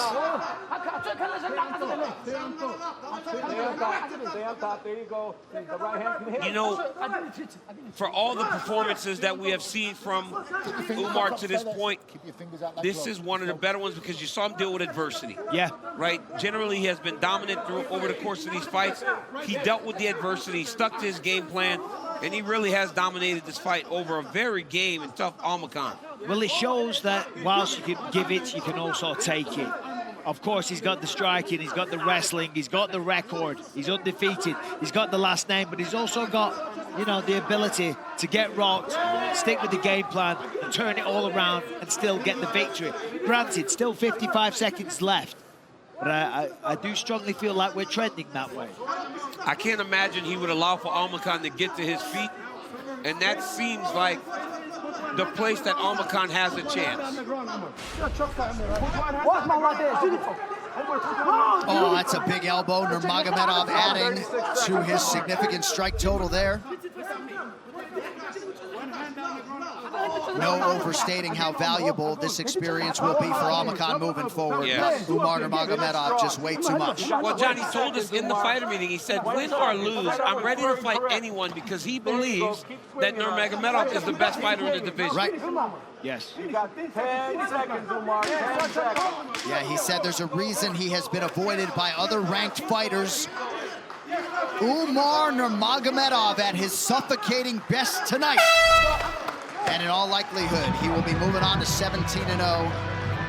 And with a major fight later this year. Official decision coming up next as we... By unanimous decision and still undefeated, Umar Nurmagomedov! Yadong wants to get this done in one. Let's see how it goes down. Gutierrez in the yellow, Song is in the black. I can't decide if that was gamesmanship or sportsmanship when he put his hand on Gutierrez's shoulder. You know, like sun him. You know what I mean? Like, listen. The Fight Clock is brought to you by Asgard's Wrath 2, only on MetaQuest. Straight to work is Song. He looks very relaxed tonight. First main event spots for Gutierrez on the back of his win over Allerton Haley. It's a balancing act, though, for Song, right? You don't want to be too relaxed or overconfident. I mean, he said he trained like, you know, he was even more motivated than he would have been if it was someone like Petr Yan or something like that. But still, he's extremely confident. He's just got to be careful to not be too lax in there. Not many fighters are willing to say this is going to be an easy fight because they know that it can make them look really, silly if it goes the other way. But well, he's full of confidence this week. A real superstar back in China. This Song is here to put on a show, keep that positive momentum of his going really strong. Double down on that win over Ricky Simone back in April. Currently has the second highest number of knockouts out of the active 135ers. So Song has power in those hands for sure.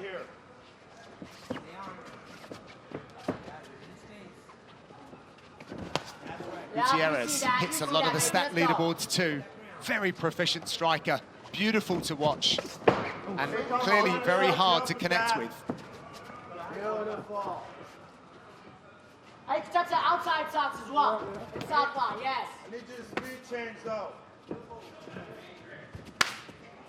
Slapping leg kick by Song. And a thudding one back from Gutierrez. Did the thudding ones hurt more, Paul? Yeah, the ones that you don't really hear, the sound just kind of evaporates into that leg, into that muscle. Those are the ones that hurt. And you know what Chris Gutierrez does well? See how he uses a lot of these soft kicks? Almost like a good boxer uses the feelers, kind of like how Roundtree did, where he pump faked a few shots, then threw the power. Chris Gutierrez does a great job of doing that with his legs. Yeah, and you heard Mark calling for, speed change. I need a speed change, and I think that's exactly what he's talking about. Yep, right there. Gutierrez told us about the changes he's made in camp. He said he got a little complacent with his skill level after that Frankie Edgar knockout. Incredible knee. But then Pedro Munoz told him, I was here in the fight. And it kind of scrambled his mind a little bit, went back to the drawing board, changed things up. Great response from him to put him in this position in the main event tonight. but he will need a career best performance to get past Song. Yeah, he's getting fast-tracked, right? This is an opportunity that doesn't necessarily come to the number 15 ranked bantamweight or whoever or whatever division you're in. So this is an opportunity that he's really got to try to take advantage of. And so far, he's staying very relaxed. He's seeing a lot of these big, powerful shots coming from Song. I like how Gutierrez is feinting the spin. He just did it there again. You can tell he's looking at either set up that spinning back fist or a spinning back kick. He's dexterous and capable of spinning on both sides, which not a lot of guys are. Song hammering that lead leg of Gutierrez. Both of these guys favor those leg kicks. Real specialists in that department. But Song doesn't know about tempering his strikes like you're alluding to, but if he does, it's small percentages. Yeah, there's power behind every one of the shots that Song is throwing. And he's, you know, for facing Gutierrez, we talk a lot about his leg kicks. Song is landing some very good leg kicks throughout this first round. 10 of 13 so far, Paul. 10 of 15 for Gutierrez. These guys going kick for kick. Hey, go outside, go outside. Hey, he's circling right into the power. Hey, bring the head kick. There you go, keep circling. There it is. Cut him off. Hook high, hook high. Yeah. Good, there you go. Since Song is throwing such big, powerful shots, good leg kick there.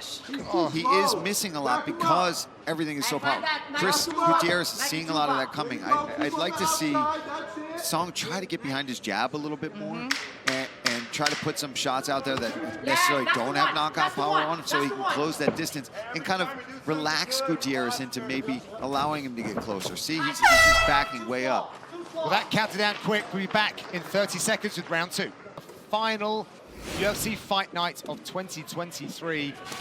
And we have a treat, these bantamweights.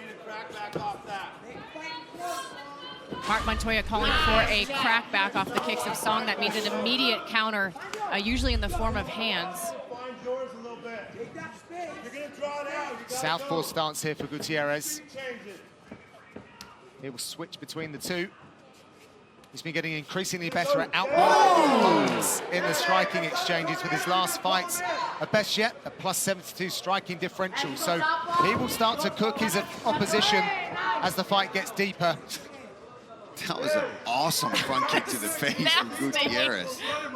Talk about a speed change. It was so fast. He got what he wanted. I barely saw it. Because he throws them out so easy, and then out of nowhere, it's like, doof, right in your face.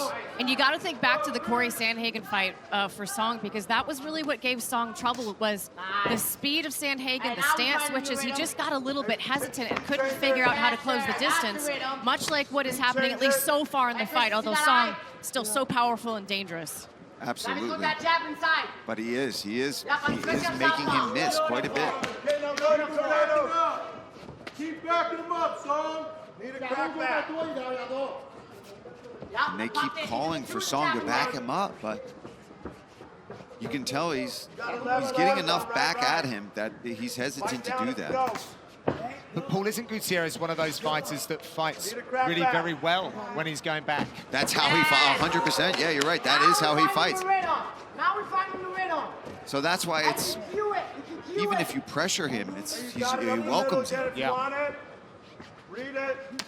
And I mean, big main event here against a guy like Song, ranked number 7. He's really loose in there. Yeah, he's really starting to find himself in there right now. The leg kick, the jab. This is what Song's got to try to do. He's got to try to pin him up against the fence so he can start to let the boxing go. Go to your tornado back up to stop the pressure. There you go. Hey, stop. He has been reaching a bit with the fingers. Yeah, okay, come here. So, you've been keeping your fingers open, reaching out. I know you're reaching at this. We're on time, right? Okay. You're reaching at this. Don't do it reaching towards the face.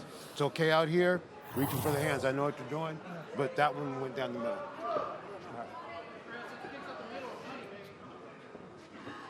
Hey, over there, please. Take your time, Song. You don't have to go right now. Yeah, you're fine. You can take your time. Keep that rhythm, baby. Yeah, Danny Castillo letting his fighter know you do have time. Don't rush this. They're not under pressure these days. Obviously, Herb Dean giving him the time. See if Gutierrez can get back to his flow that he was in. Here he goes, circling the wrong way. Hey, he's getting pushed out. Hey, when he comes, you got the trap. That's your trap. Good footwork there. Gutierrez circling away from the power side of Song. His distance management is so good. Didn't he tell us in the meetings, footwork is key, you die without it. Yeah, and he's utilizing it beautifully tonight. Circling away, and not too far, right? Yep. He stays engaged. He's not running. There's a difference. Here's another one. He's gonna look for something up top. When he starts pump faking these kicks like that. And Paul, correct me if I'm wrong, but being just out of range, not overemphasizing that movement will really help him if this goes into like the 5 round. Sorry, nice takedown here. Gutierrez with an elevator and that butterfly guard, but Song is going to use his position to strike. And I know Song is very well-rounded, and it's not his first time using takedowns, but the fact that he decided that that was the path right now shows to how frustrating Gutierrez was on the feet. But hey, this is a path to victory, and this, if Song can start finding success with takedowns, with using his ground control and ground and pound, that just shows you that he's a reason that he's #7 ranked bantamweight, right? You've got to be able to adjust. You might have wanted a knockout. You might have came here and wanted to knock him out, but maybe that's not what's in the cards for you.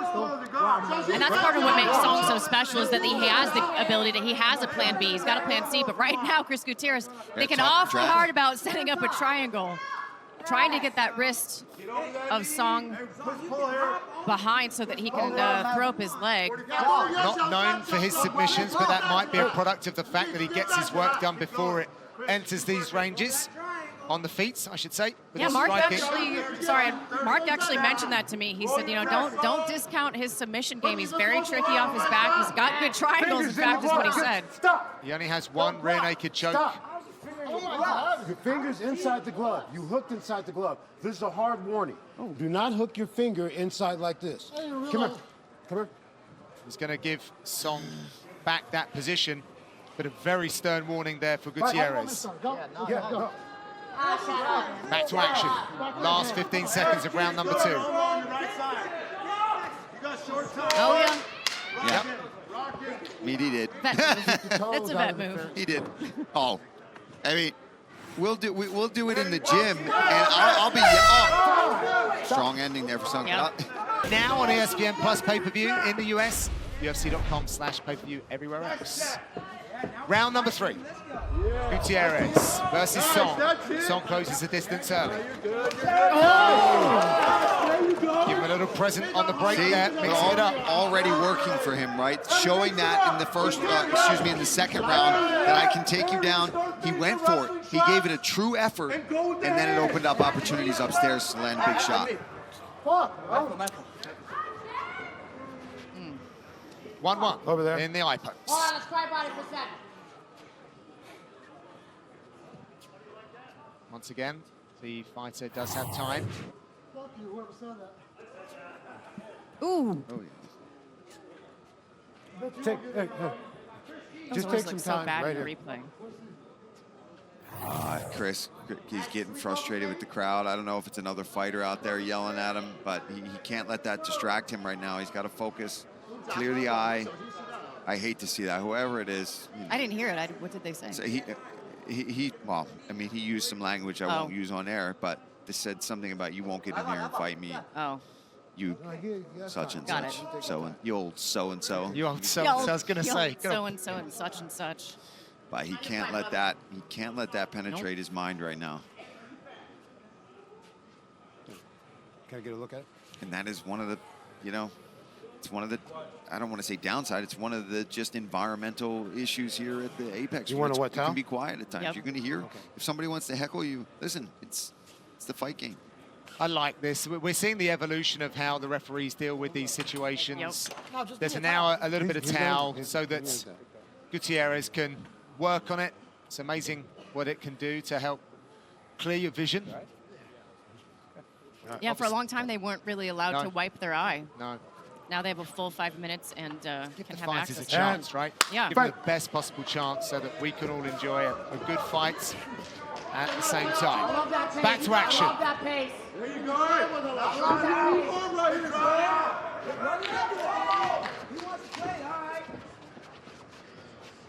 And then go, and then set your trap when he comes. Yes, there it is. Hey, at the kick out, he's backing up. He's backing up in a straight line, Song. Almost got him again with that front kick. Song's corner pointing out that Gutierrez is tending to back up in a straight line there. I think they're asking for another level change here. Now set it. Every time he misses, I need to back back. Back back. Oh, he's reaching now. He's reaching.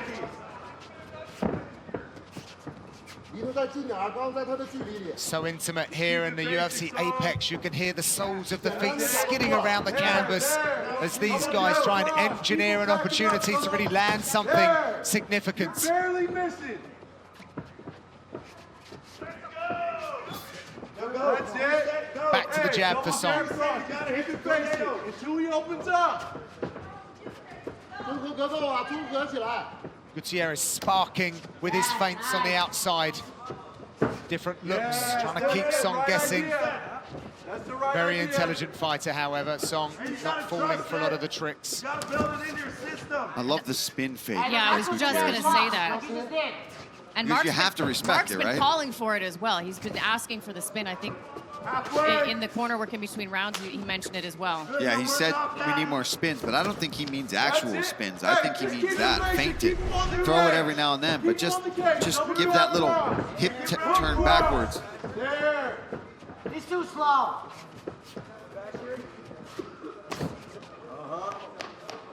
Yeah, just keep investing in your body. It'll open up. Hey, you can find Tango whenever you want to as well. You got 2 minutes. 2 minutes. Left to right, you gotta crack back there. Bring the hands right afterwards. 2 minutes, I think you mentioned this earlier, Paul, but when Yadong gets behind his jab, he's much more capable of closing the distance across against Chris Gutierrez. When he fights behind his jab and then puts the power behind that, it's much easier to close the distance. But when he stands there with his guard, I mean, he's got a very strong, consistent, educated guard, but it's hard to close in on a slick striker like Chris Gutierrez if you're not going to work behind that jab. Yeah, he's got to put that jab in front. That's your front hand. That's your lead hand. That's what's going to close the distance. That's going to let you know it's your range finder.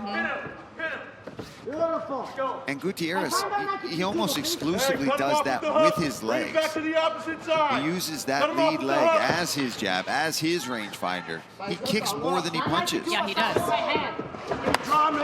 got to be careful here, though. Oh, boy. Good ringmanship there from Song to corral Gutierrez into a position to unload. Those moments where Song has Gutierrez trapped, Gutierrez has to be so careful and be really defensively sound, not just try to evade tall, because that's where Song can catch him. Yeah, he is.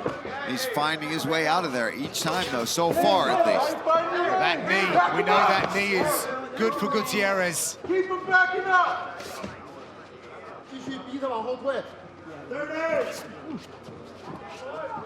So fast. You can see Song's got to try to almost anticipate the movement of Gutierrez. It's very lateral based, right? You know he's going to back up, prod the leg, poke, throw a big shot, and then he's going to try to, you have to anticipate which way he's going to go. You almost have to guess and anticipate, okay, he's going to go to my right, I'm going to throw this. Nice takedown.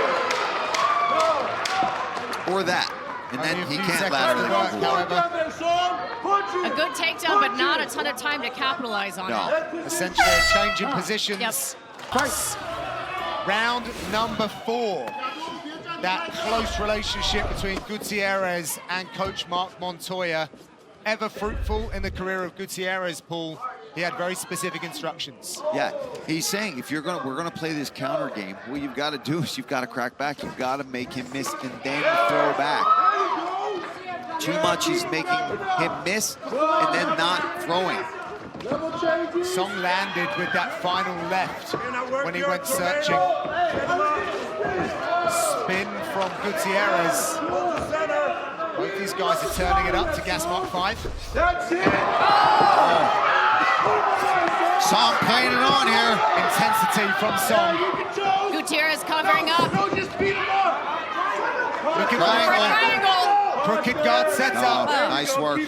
Extinguished by Song. Back to the guard. Watch your fingers. Watch your fingers. Yeah, those fingers did find their way into the eye of Gutierrez. Keep scoring. Those are fine. These guys are fighting hard out there now in the 4th round. More risks are being taken. Keep scoring down there. Easy fight. His hands on the mat. Easy fight. Overhook, and use it. He don't even want to get up. His guard's closed. That's perfect. Score. The Team Alpha Male corner pointing out that Gutierrez is keeping his guard closed, which means that he's not necessarily looking to mount an offense. He's looking to stay safe and possibly, you know, work for a stand-up here. He's not necessarily thinking about finding his angles and looking for offense at the moment. Oh, big elbow from Song. That's what start using right there. As he popped up, though, Laura, Gutierrez opened his guard and was perhaps trying to get something aggressive going. Yeah, he's quick at throwing those hips up there, just hasn't had success with collecting the head and shoulder of Song yet. And what he's got to do when he throws up those submissions, he is fast, he throws up that triangle, looking for arm bars, cutting angles with his hips. But if he's not successful and Song is smashing back down, he's got to use those opportunities while the guard is open to try to get space and get out. Yeah. He's got to use the submission to cause a little bit of a scramble, and then from there, work his way out. You got to do the guard dash. Now she got over dash. You're halfway. Chris, you got to work an active guard here. Song trying to find some space to land some shots. Gutierrez neutralizing that position with the closed guards and those overhooks.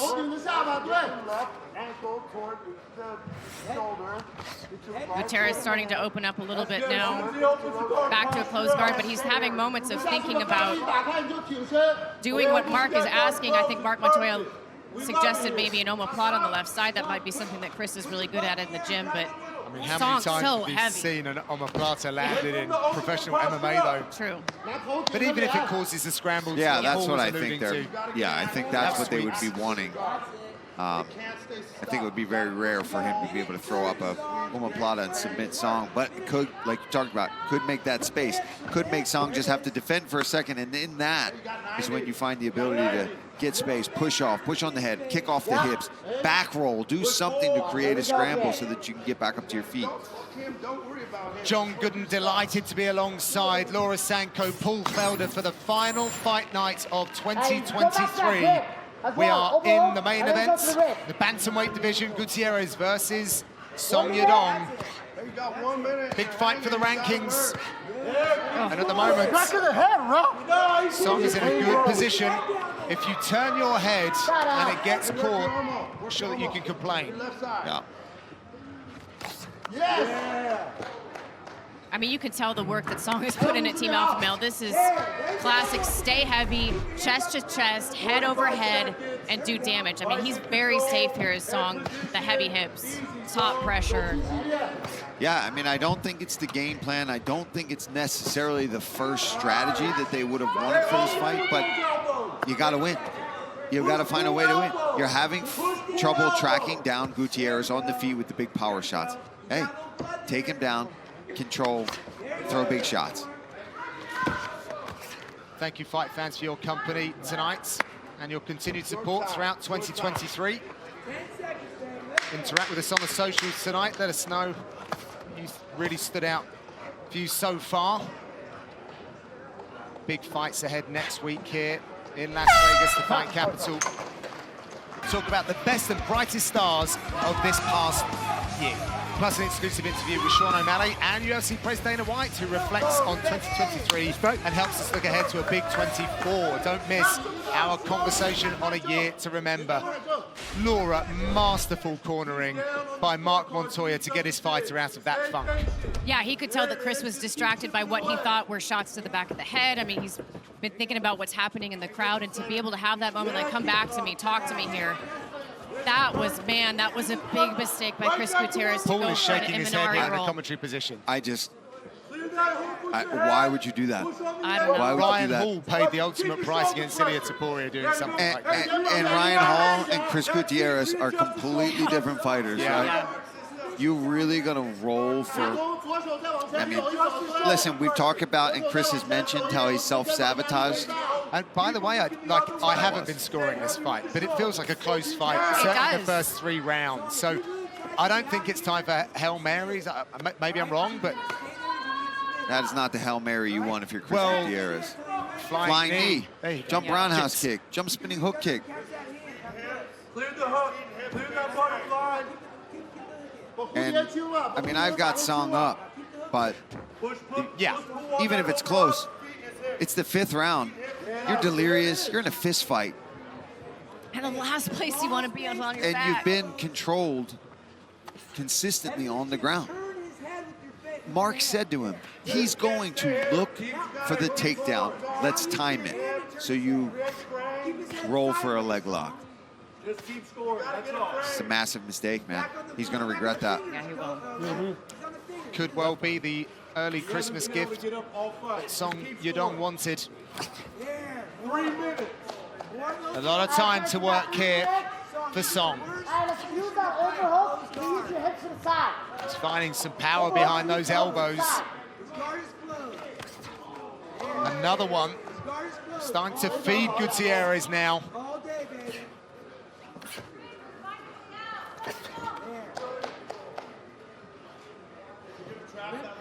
Maybe there's something to that 3rd main event for Song as well, just that veteranship, having been in these positions before, staying the course, keeping concentrated.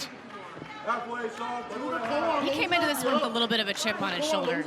You know, in talking to him, I think he would have been like, he would have preferred to be facing a guy ranked closer to him or higher than him, and it was like he came in here and was like, fine, I'm gonna run through this guy. No, yeah, that has not been the case, but these last couple rounds, he's really shown how well-rounded his game is. There's been a lot of changes for Song in his last couple of fights, hasn't there? I think the Ricky Simon fight was delayed a week, then they made it, or promoted it to 5 rounds. This one supposed to be at home in China. A lot of people were very excited about the homecoming of Song over there. Then it changed over to here, and he's facing Gutierrez. So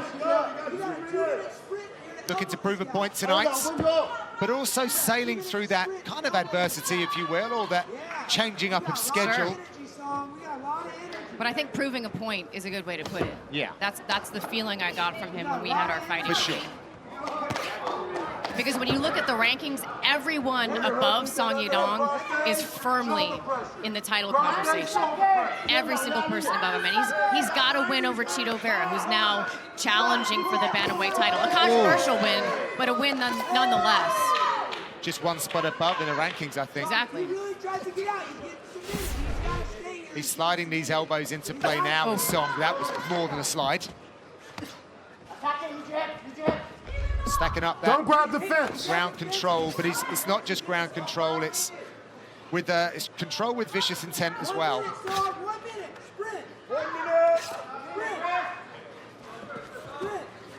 Under a minute now left in our main event fixture. You got 45 seconds, baby.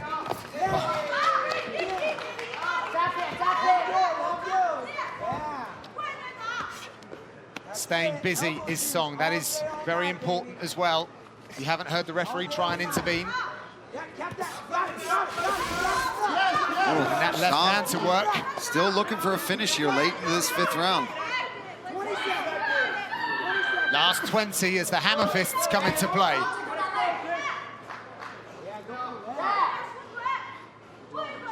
Gutierrez just looking for something.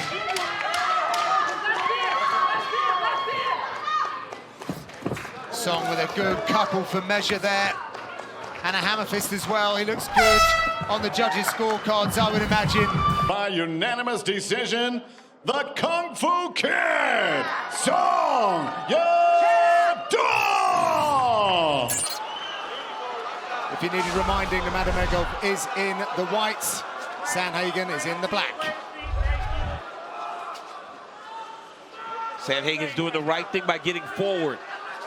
It's harder to wrestle when you're trying to wrestle off your back foot. When you're backing up, it makes it more difficult. But that's one thing Nurmagomedov has. He has that good front leg that he can be very active with. No man has been able to solve the riddle of UMAR NURMAGOMEDOV, who stands at 17-0 right now. And he's in on a single. He's in on the high crotch there. Takes Cory down. Wow. Already on the back. He's got the hook. Cory does a really good job taking that hook out. Yeah, that was important for Cory to fight that. Very good. Great job by Sandhagen. And he knew that at moments in this fight, he's going to be on the ground. It's about how he reacts to it. Yep. These two were supposed to fight one another back in August of 2023, but UMAR was forced to withdraw. That was a 10-week camp for Sandhagen, but they've doubled down on that, got some heads together to try and solve the puzzle. Sandhagen's gonna have to pick up on the fact that Nurmagomedov's reaching down for the leg, trying to catch it to wrestle him. UMAR's got to be very careful there.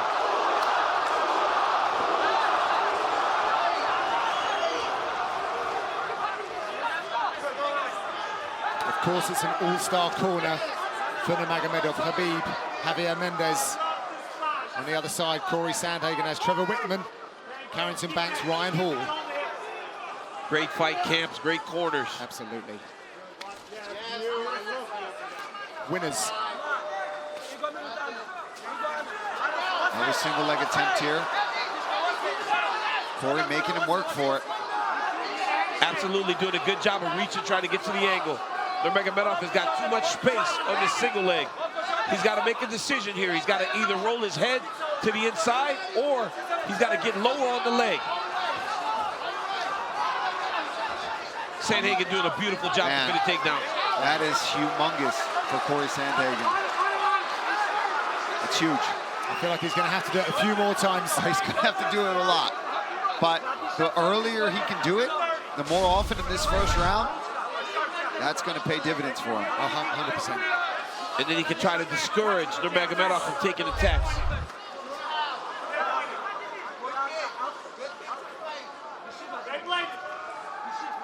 And for a lot of mutual respect between these two fighters. Start switching from Sandhagen. He has never been outstruck in fights that have lasted longer than 1 minute and 30. Such is his activity.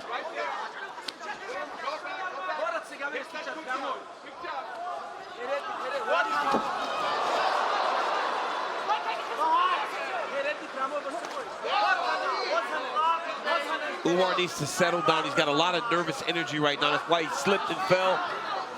First main event? Yeah, first main event. Here in Abu Dhabi? Yep, doing fine though. Got 2 takedowns, landing strikes. He needs to really settle. Sandhagen looks very comfortable right now. It's an interesting conversation around the family name of Nurmagomedov. UMAR was saying when his opponents look across the octagon and see Khabib and the team, they're intimidated, but there must be a pressure when you're fighting out of that camp. Nice leg kick there from Sandhagen. Staying very loose. Waiting for moments to attack Nurmagomedov. Trying to use feints to get him to open up. You can see he's got him baiting on that leg kick already a bit. There's still a minute left in this round. Seems like the longest round ever. Oh, but a little cut. Cory Sandhagen. Khabib is shouting that he believes that UMAR is faster.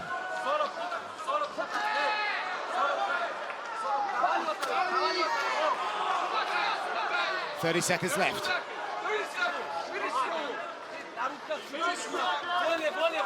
most significant strikes Nurmagomedov has absorbed in a UFC fight. It's 14 and counting. Sandhagen tries to roll through. Sandhagen is doing a really good job of just taking the hook out. Yeah. He's got to be very careful here, though. Can't get caught in the twister. Last few seconds. We'll be back in 30 seconds. holding that #2 position in the bantamweight rankings. Let's bring in Coach Dean. Let's see what he's saying. Well, Sandhagen had a very successful round, I thought, in terms of technically and tactically. However, what he wasn't able to do is hurt Nurmagomedov.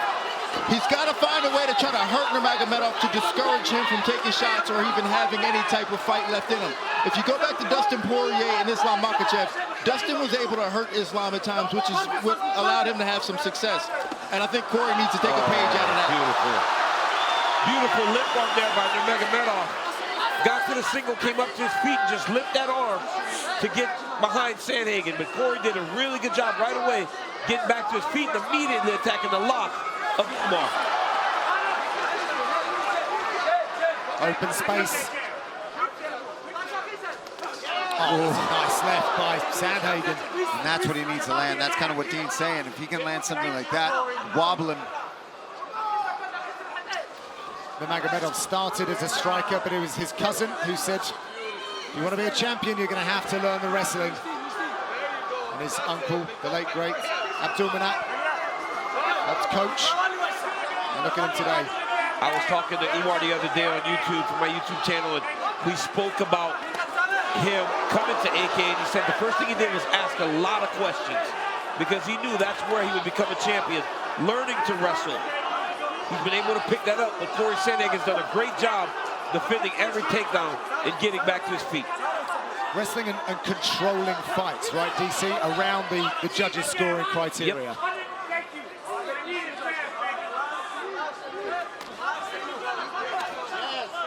Kick for kick. Trevor Whitman picked up on that. He loved that. He said, hey, your kicks are working, so now you got the high kick and you got uppercuts. He still wants those weapons up the middle.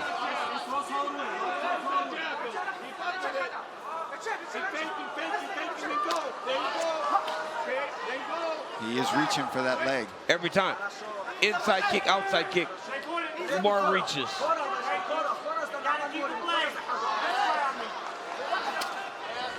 Sandhagen, a very cerebral fighter. You'd expect him to be downloading all of this information.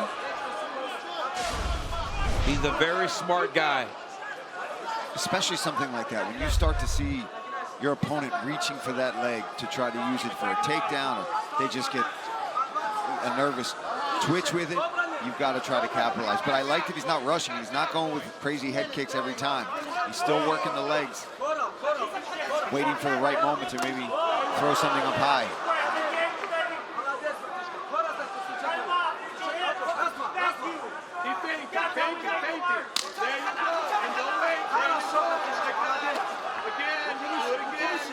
Oh, there he went up high.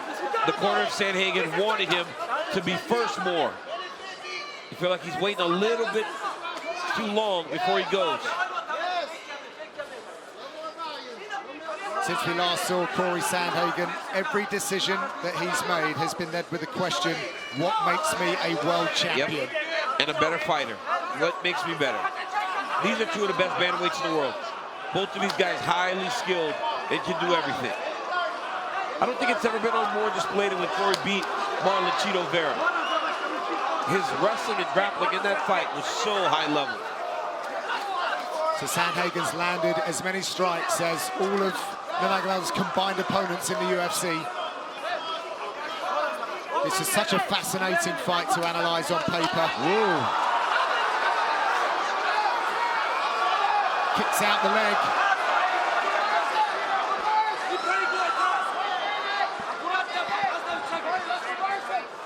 Umar pulls him back into his lap. Watch your fingers in the height here. Height here is going to be what wins, Paul. Whoever can get higher is going to win this position. Oh, now he was able to bring him back down. He's attacking his arm. Oh, that is so wonderful back take. Oh, he's got the arm trap too.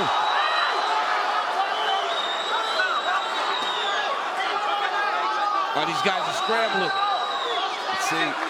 This is some high-level stuff. Nice work. Oh, nice trip. Man, great pace from both these guys. Wow, 10 seconds left in round number 2. Where did that go? That was crazy. That was a great scramble.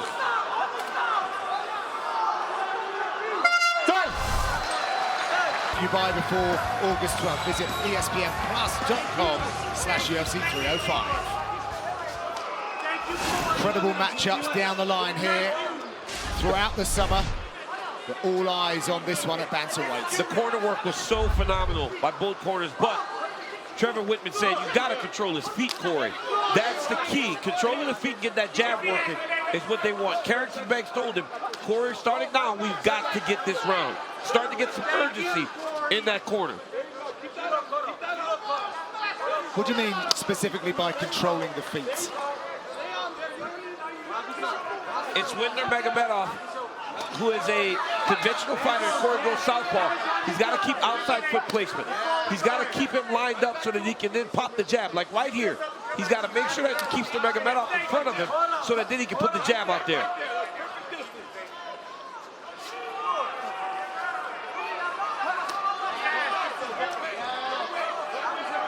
And Sandhagen, to this point, is doing exactly what they asked him. Pro-Nurmagomedov crowd here inside the Etihad Arena. Khabib wanted more punching from Umar, told him to believe in the strikes and in his hand. Trust that power. Yeah. And on the other end, Cory, they really want him to get behind that jab more, get it going, just putting it out there. You know, anytime you're in a fight, Paul, and these rounds are so close, I don't know how there's any comfort from anyone when you're walking back to the center of the octagon. No, especially when you're in there, you never know what the You never know what's going on, dude. I used to be on top of people for 3 minutes, and I go to the corner and go, did I win the round? Yeah. You have no idea what's everything's moving so fast. That's why you got to trust your corner and have the right people out there with you.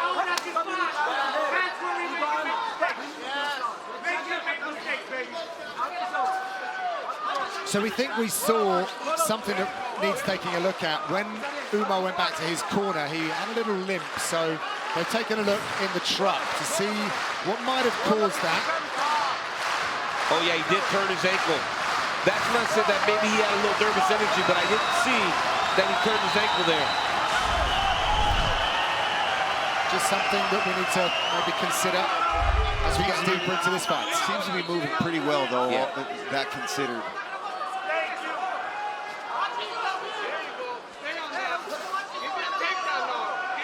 Sandhagen brought in Ton Lee and a Taekwondo guy from the UK just to give him these looks. He said it was a very complex camp, given Umar's skill set. It is the striking that separates Nurmagomedov from the typical fighter that we've seen from that region. But he's leaning on that wrestling now. Great job by Sandhagen once again to break the grip. Sandhagen does a really good job when he gets taken down. Just immediately getting to his feet and attacking the hands. Oh, nice right hand there by Nurmagomedov.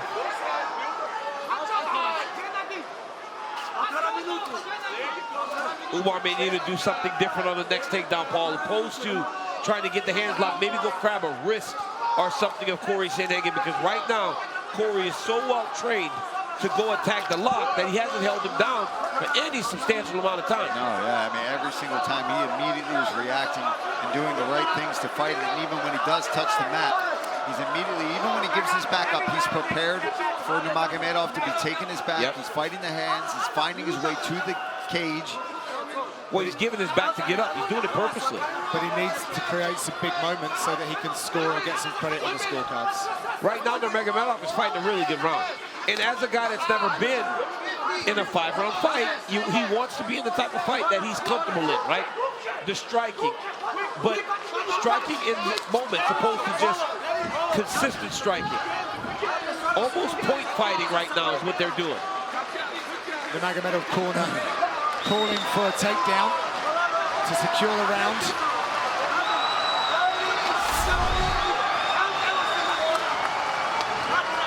Umar is outstriking Sandhagen in this round. There's that takedown, but he's going to need to do something with it. Remember, the judges are looking for damage and submission attempts. Every time he gets his back, Sandhagen rolls. He immediately rolls to try to find a way to get up on his chest. Look at Cory, how he always stays higher than Umar on his back. That's why he's struggling so much to control it. Certainly has. He's got to be more aggressive, just like his corner said. They said, listen, make him wrestle. Even if he gets you down to the ground, you're getting back up. We've got to try to put the pressure on and be more aggressive. And maybe even if you can create a scramble and get to a good position, be aggressive there. They think their pace is too slow. They think they're down 3 rounds, and they feel that they've got to get to work. The arrow can only be released by pulling it back. Sandhagen has to choose his moments wisely, however.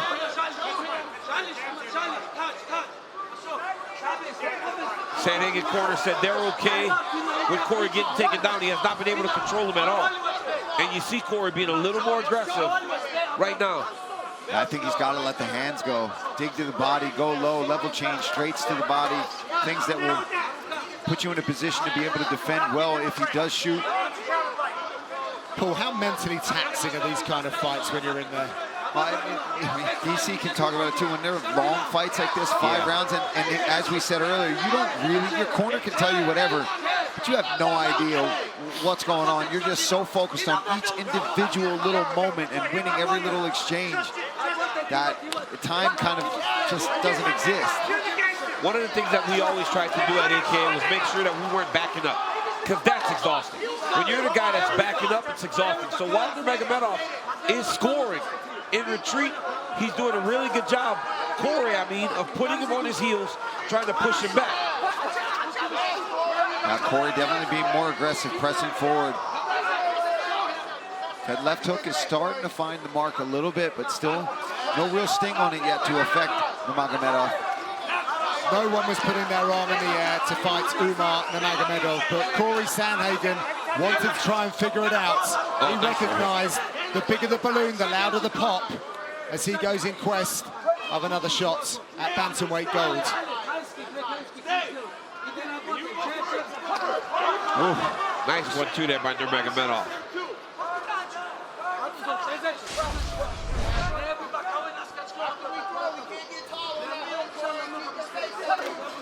There it is, that little right, that little left hook there from Sandhagen is going to be very key, but you hear his corner telling him, we can't get tall when we throw it. Great counter there. That beautiful counter from Nurmagomedov. I mean, he's throwing right back every single time.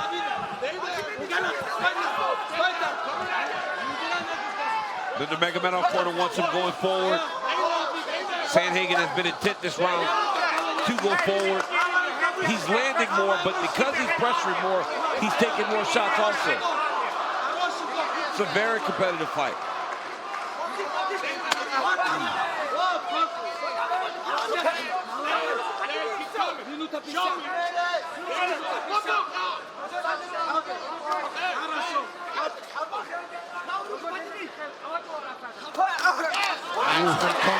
Concentration needed as these guys enter the fray. Collision of strikes. It's going to be a very tough one for the judges. They'll certainly yes, it will be. Earn their meal ticket tonight.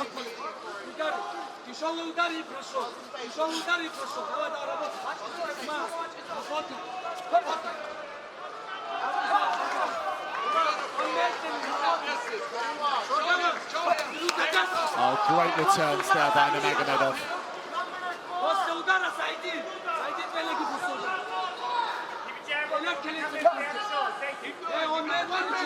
Sandhagen keeping Nurmagomedov back with that jab. Nurmagomedov does not want to fight him in a split stance. Every time Sandhagen switches, he tries to switch to the other side. Right now, he's in a split stance. And for the vast majority of this fight, when Sandhagen goes conventional, Umar goes southpaw, and vice versa, as he level changes to another takedown. Nurmagomedov heavy here on the hips of Sandhagen. Trying to keep Sandhagen's hands on the mat. See that? If you keep the hands on the mat, they can't fight your lock. Sandhagen then once again goes to that roll. He's got to be careful. He's getting that arm trapped. Still. Last 10 seconds. He's not been able to hold him down at all. Not at all. But it's the striking of he's adding it in, and he's landing more strikes. Etihad Arena, Cory Sandhagen versus UMAR NURMAGOMEDOV. And the live odds very much siding with UMAR.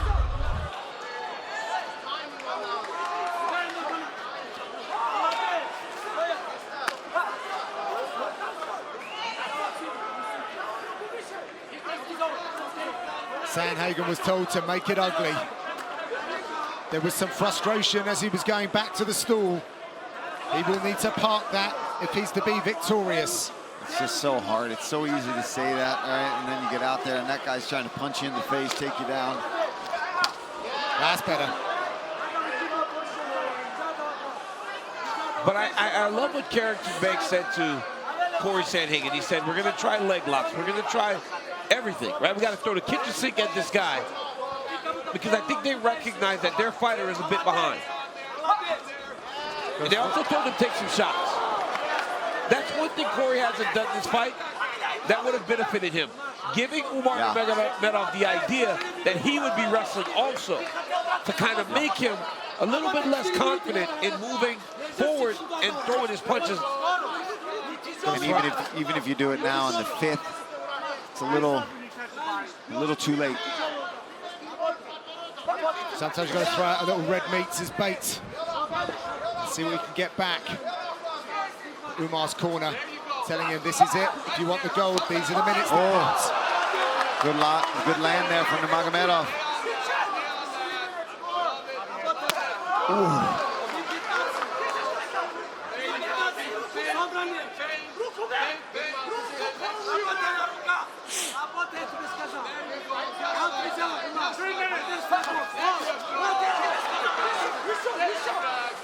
3 minutes left. It feels like NURMAGOMEDOV is gaining confidence in his striking right now. Yeah, it's been progressing throughout the rounds.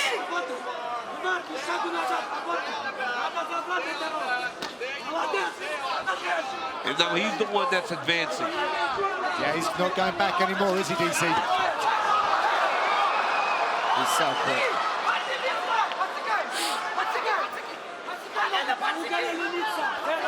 Sandhagen monitoring that leg. Again, rolls through, but these guys, like 3D HD chess. This is different. Good shoulders. He's going for it, man. Yeah. Yes, he is. He's trying submissions, but this is the first time NURMAGOMEDOV has actually held him down. Look at the blue on the foot of Cory Sandhagen. The bruising from the kicks. Dude, his whole top of his foot is like a bluish green. Look at that. Oh, yeah. You see that?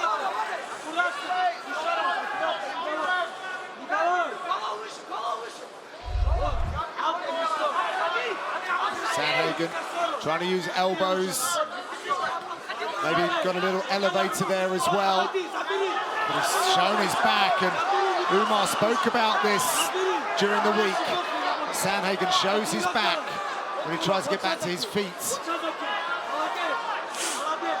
Now Sandhagen's got to be very careful. His right arm is getting stuck under that leg. He cannot allow NURMAGOMEDOV to get full back control. Right now he's off to his side, so Cory can try to get his back to the ground. But right now he's in a bit of a switch position. Some crazy scrambles throughout this fight. Fascinating to follow. Yeah, insane pace. Both guys in insane shape. Yeah. 50 seconds left. We've seen Cory fight 5 rounds before. We had never seen Umar fight 5 rounds. First time in a 5-round main event, his cardio has held up wonderfully, especially having to fight a fight where he couldn't really get any takedowns.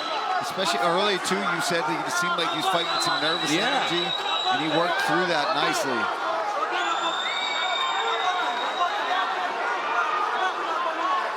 Inside 30.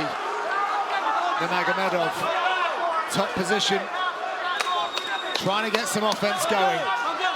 Sandhagen, here's the 10-second clapper.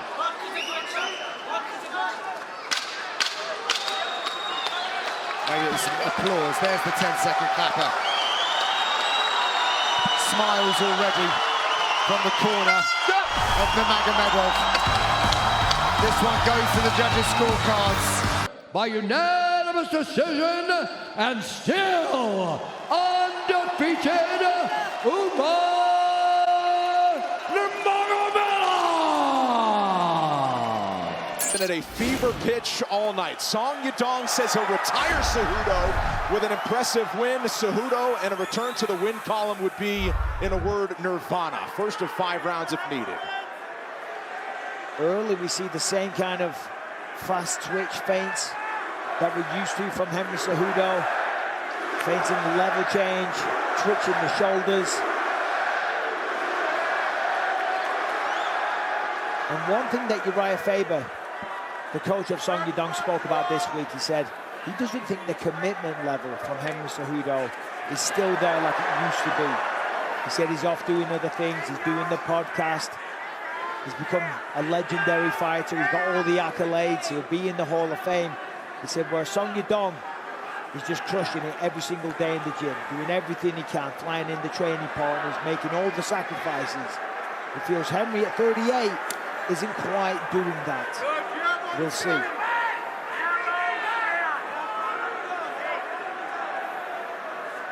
And Song being very patient, kind of waiting for Cejudo to come to him, looking to counter.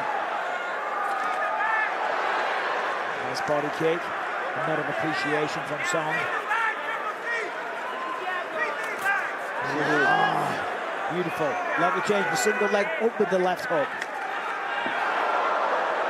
He timed the knee against Cruz back in 2020 when he retained his bantamweight title. See, Cejudo tried to do the same thing this time, come with a knee.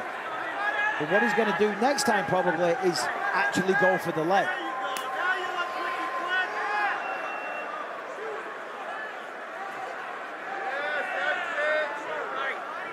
Song wisely, very economical with his strike output right now. You don't want to go forward, you don't want to throw too much. The thing is with Cejudo though, you know, he's labeled as a wrestler. He's got a lot of knockouts and stoppages. Big power in his hands. Yeah, so fast. Close the distance so well. The first round against Merab, landed a left hook. Kind of stunned Merab.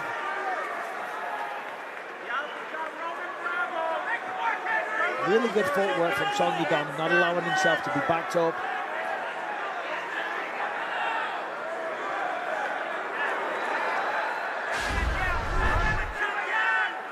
Halfway through round 1.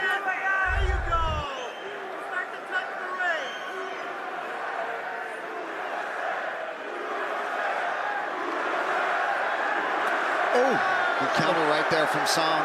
Yeah, placed it perfectly. Cejudo having trouble kind of really finding that range, being explosive, but he's given him a lot of looks, a lot of feints, and he has already a couple times just feinted at that takedown, and that's good for Cejudo. He wants to keep Song guessing. He doesn't want to be predictable. And so far, in terms of a pace to sustain for 5 rounds, Song's very economical, not a lot of wasted movement. Henry, there's a lot of erraticness, a lot of feints, a lot of explosions. Over 5 rounds, that's going to slow you down. Cejudo charges forward, lands a left. A leg kick of his own after Song landed one, and his foot was asleep there for a second. Yeah, it was. Saw that step.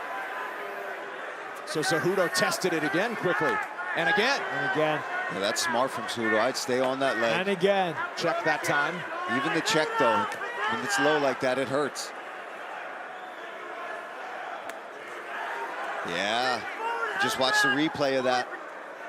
He didn't have control of that foot. We've seen that before with the low kicks. There's a single leg attempt, but Song all over it. Yeah. If you remember that, I think that actually happened to Henry against Demetrius Johnson. The peroneal nerve. Foot kind of goes asleep for a second. Yeah, you go to step and the ankle just starts rolling all over the place. Sean then you're at risk of getting hurt again. Vera.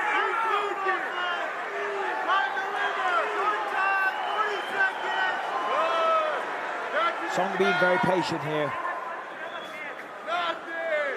See Henry trying to level change and finding his way in past that range of Song Yadong. But Song, again, just really good movement, getting his way out of there and then circling back around so he's not forced up against the fence. Oh, there's a good right hand. Sit on one that time. Yeah, cracked him with that one. Now, caught the kick and a combination lands from Song. Final 10 seconds of round one. Things heating up in Seattle.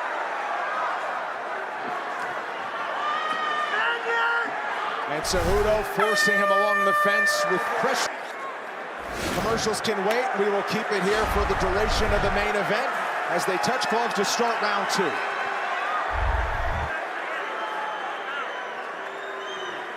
So as I said, a very economical approach from Song Yadong. However, with the more activity, you know, you are trying to win rounds if it goes to a decision. And Henry was definitely busier, forcing the action a little bit more. Yeah, he's going forward. He's trying to explode into these shots. Level changing, come up with big punches. Yeah. Song's doing a really good job of backing up and then going left or right. Most of the time backs up and goes right. Doesn't go backwards more than 2 or 3 steps. Yeah, he's got to try to start finding the counters when Henry explodes in like that. When the explosion stops, then he's got to bounce back in.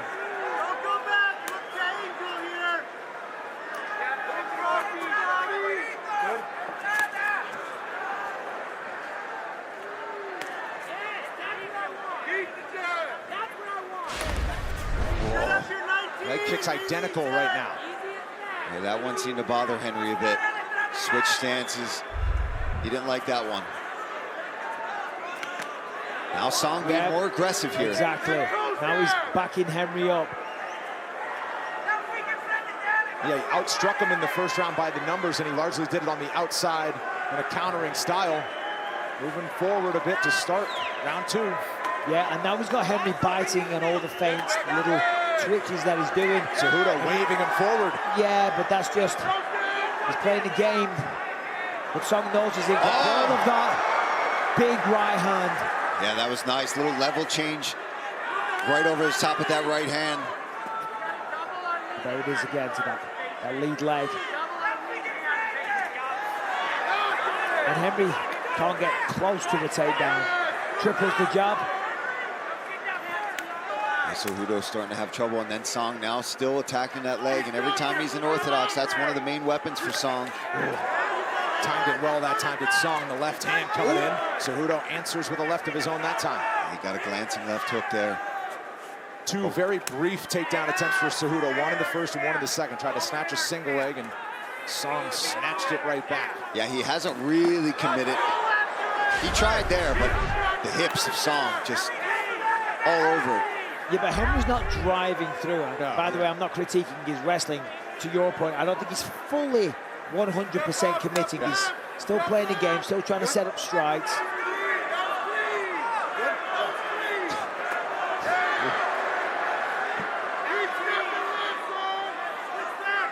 The right hander, Song is so fast.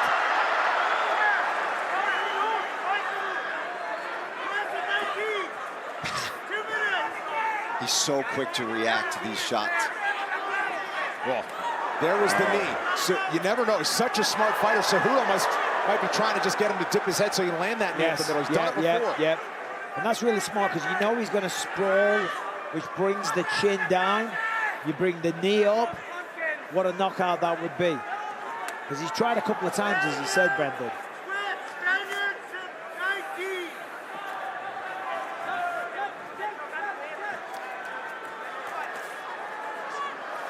Because you've got to think at 38 years old, you know, things do slow down a little bit. You can't do what you could when you were 28. That's just a fact. So maybe Henry's relying on the fact, listen, stiff jab. Yeah, that got his attention. Biggest punch of the fight for Cejudo lands. You know, one thing people are going to work on if you're fighting an Olympic gold medalist, they're going to work the sprawl. And it just becomes encoded into their brain. Yeah, as soon as you see any attempt to go low, your hips just come back. Sprawl. So it's really smart for him to identify that, and the right hand left hook gets through.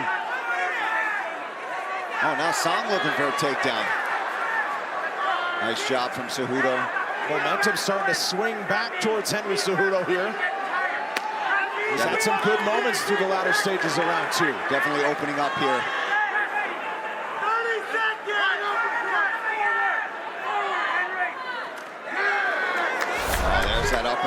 Song. It's one of his favorite punches. So nice. He's got a beautiful right hand usually too. It can be straight or it can arc right over your own jab. There's a left hook that gets through, but Henry right back. And he kept charging.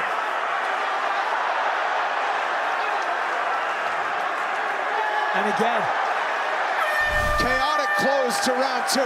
Corner work on the side of Song Yadong. Danny Castillo and Uriah Faber there giving perfect instructions, nice and calm, saying, look, listen, now the fight's going to revert to just another guy throwing heavy punches at you. He's done with the wrestling, the legs chewed up as well. Get your hands high and just fighting your typical style. And Henry's coming out and he's landing with that left hand. To the chin for Cejudo in the opening 30 seconds. And he's Song quick to answer.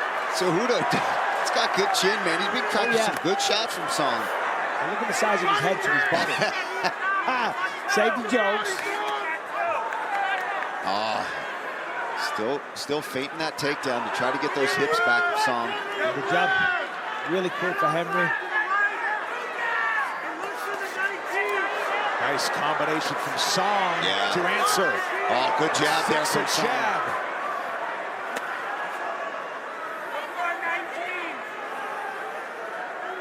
The hands aren't coming back to the chin though, but when Henry throws, when he throws the jab, it's coming down to his waist and then back up. He's got to be careful though, he's going to get clipped. Yeah, right there, you can see it. Every single time. Strong start for Song through the first 10 minutes. But that was the story against Petr Yan in his last appearance, which came last March in Miami. That swung his fate the other way. We'll see how he withstands the pressure in rounds 3, 4, and 5 if we need him.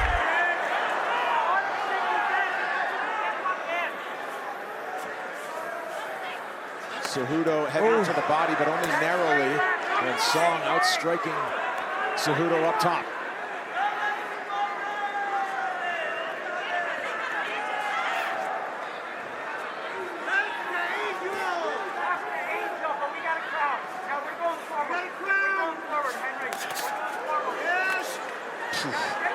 His corner said to go forward. Henry takes a couple of steps forward, and then he eats one below the belt. So we will halt the action. Hey, you're low. You caught him in the cup. He's moving in. We'll see. Song saying he didn't catch him in the cup. Let's see. Is he low? Mike Beltran, the replay official, is taking Kind a of look to the side. I mean, it's pretty cookish. We've seen that get called as a low blow. You good? Watch your cup. You good? Yeah, it was kind of off to the side of it. Yeah.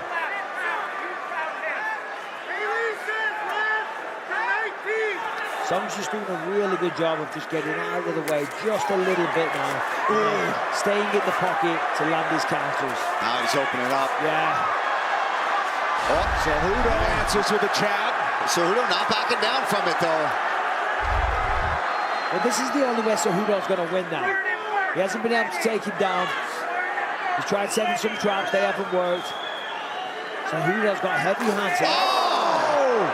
Cejudo blocked that knee, but potentially still compromised. And now he's just going to bite down on the mouthpiece and let the chips fall.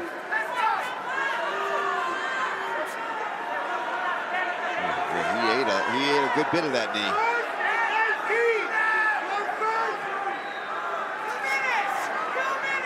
The problem is Song's a little faster. That's why you see him smiling. He knows. Henry's slowing down a little bit. The jab is faster. Right back to the leg kick. I think that's important for Song. Chew up those legs, and they told him that in the corner too. That I think his legs messed up. Keep on that. Keep chopping those legs. Ooh, man. Clean hand for Cejudo just when you think it's going one way. Chin on Song too. Big time. That was a knockout shot.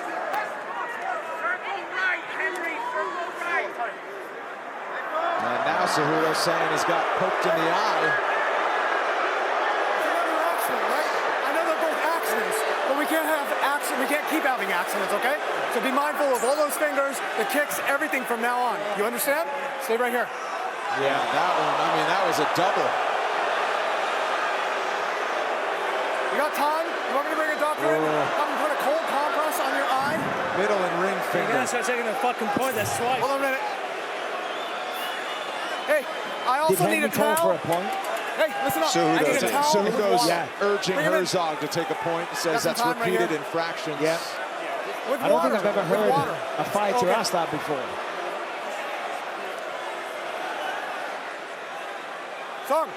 He's up here. Stay up here.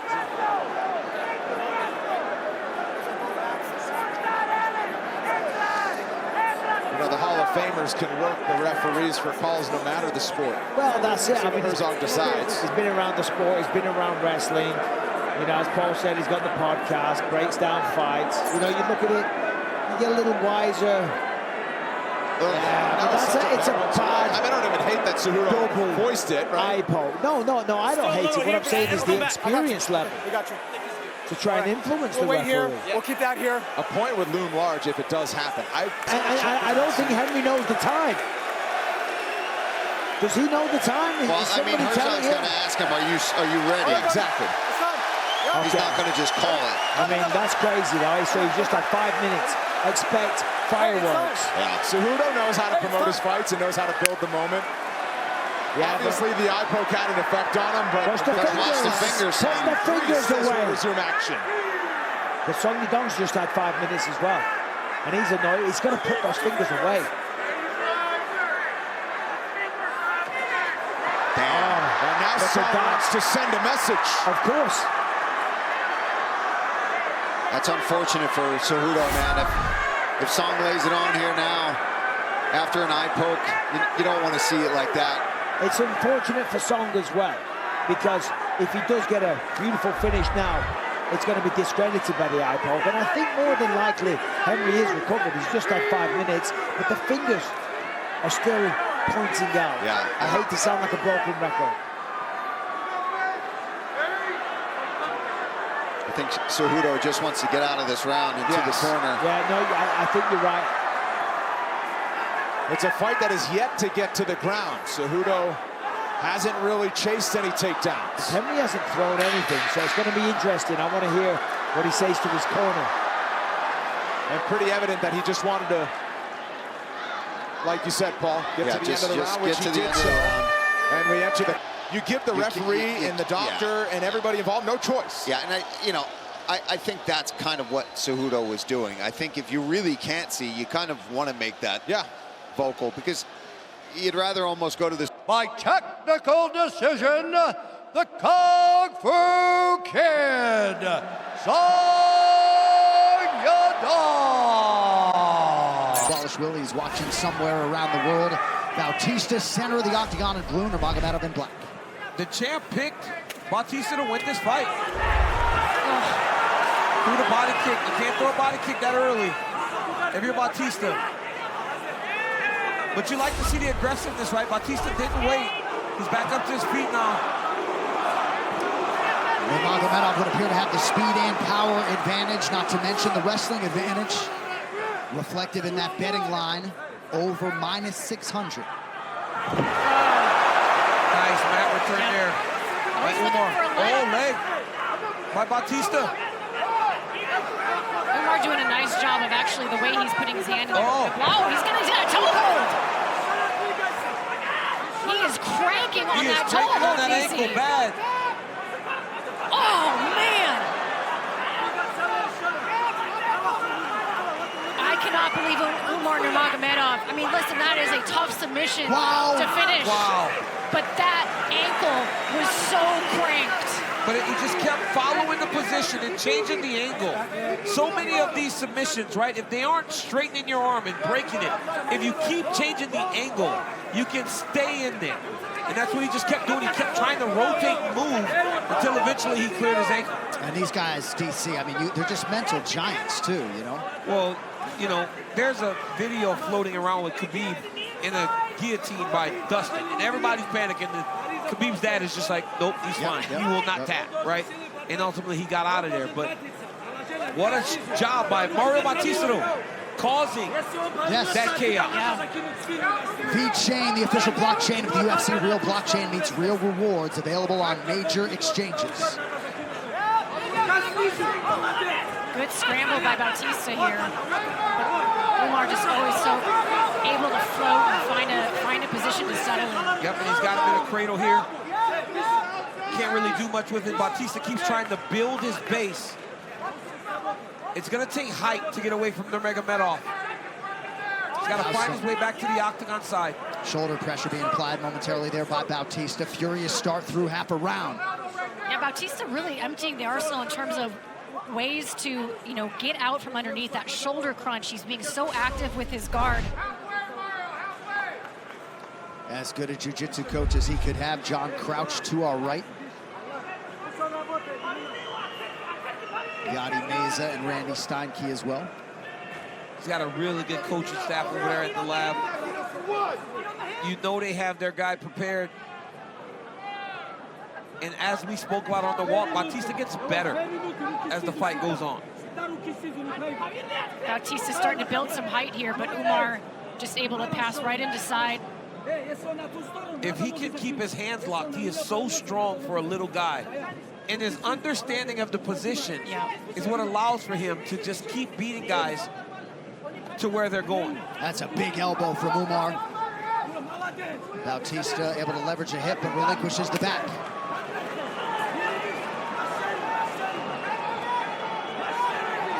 Umar working with both hooks here.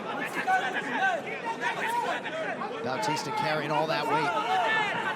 Oh, nice job knocking that elbow out, banging that post. Subtleties. Yep, small things, John. Now Bautista needs to address the body triangle. Before when he had two hooks in, he needed to slide down towards the ankles. That's how you get away when guys have two hooks in and they don't have that body triangle. You go down towards the ankles and almost disappear from them to try to counter that. And like we talked about earlier, DC, now Bautista has to kind of multitask here. He's got to start addressing this body triangle with his legs and at the same time stay defensively responsible up top and not allow Umar to start searching for that short choke or the rear naked choke. But there's 45 seconds left. At this point, if I'm Bautista, I'm like, okay, let's get to round number 2. Not much I'm going to do outside of finishing the fight is going to win me this round. So now it's about managing the damage, managing the danger, and getting a start or a fresh start at the beginning of round 2. But for Nurmagomedov, this is plan A. Oh, yeah. Every single day. Right. Nurmagomedov maintaining the body triangle here late in the round. You see north of 4 minutes of ground control time. And I was like, I wonder if anything happened to the ankle, but with the way that he's using it, it's fine, right? He's got that body triangle locked on there. Back, John Crouch, and then, of course, Khabib Nurmagomedov. On the other side with Javier Maness, Randy Steinke doing a great job, too. Round 2. They told Bautista, remember our game plan. Don't counter everything. They said he doesn't want to strike with you, so why not strike? Let's strike with him. A big knee knocks Nurmagomedov down early round 2. He was hurt bad there. Absolutely. Bautista's got to get away. He's got to keep space. We have seen Nurmagomedov drop before and recover well against Bekzat Almakhan back in March of 2024. But he was able to get a takedown when he got dropped in that one. Oh, that was a beautifully timed knee by Bautista. Oh, he got inside trip. That was nice. That was beautiful. Man, Nurmagomedov absolutely relentless when faced with adversity of any kind.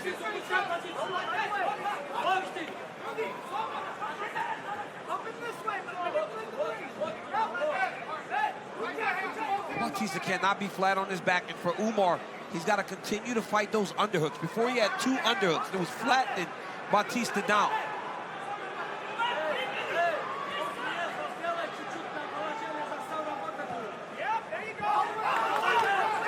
He gave his back again.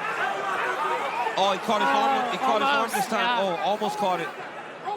Back to that body triangle. Bautista's got to keep moving right away. A lot more time on the clock this time. You hear John Crouch saying, use your legs. Yep. The the tricky thing is that a lot of times it's difficult to do with your legs alone. So you want to reach down and peel the heel, but the second that you reach down, you're giving up defense at the top. Bautista's starting to create an angle, though. Watch when he switches sides. He starts to try to drop his shoulder. Turning in. Yep, but then Nurmagomedov switches the body triangle side.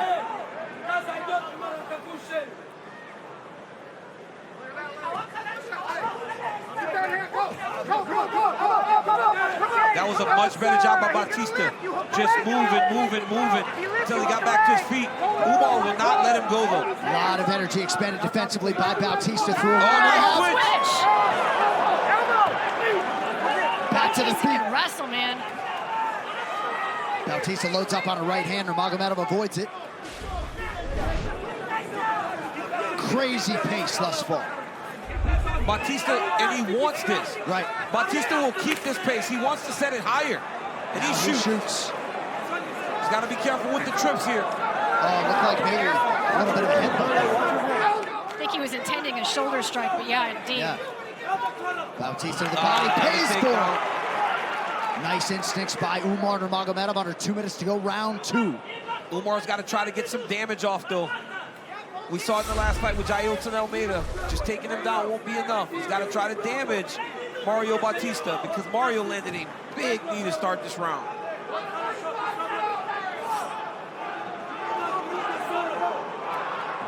Already north of 6 minutes of control time for Nurmagomedov, and certainly staying far busier than Jailton Almeida. Yes. I made that comp, and that was not fair. Umar working from this scarf position here. Bautista has to really watch his right arm.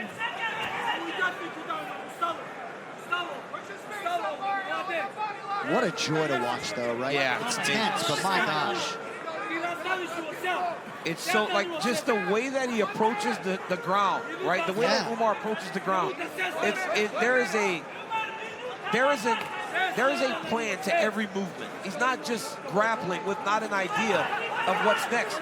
And Mario Bautista also, in terms of him getting back to his feet.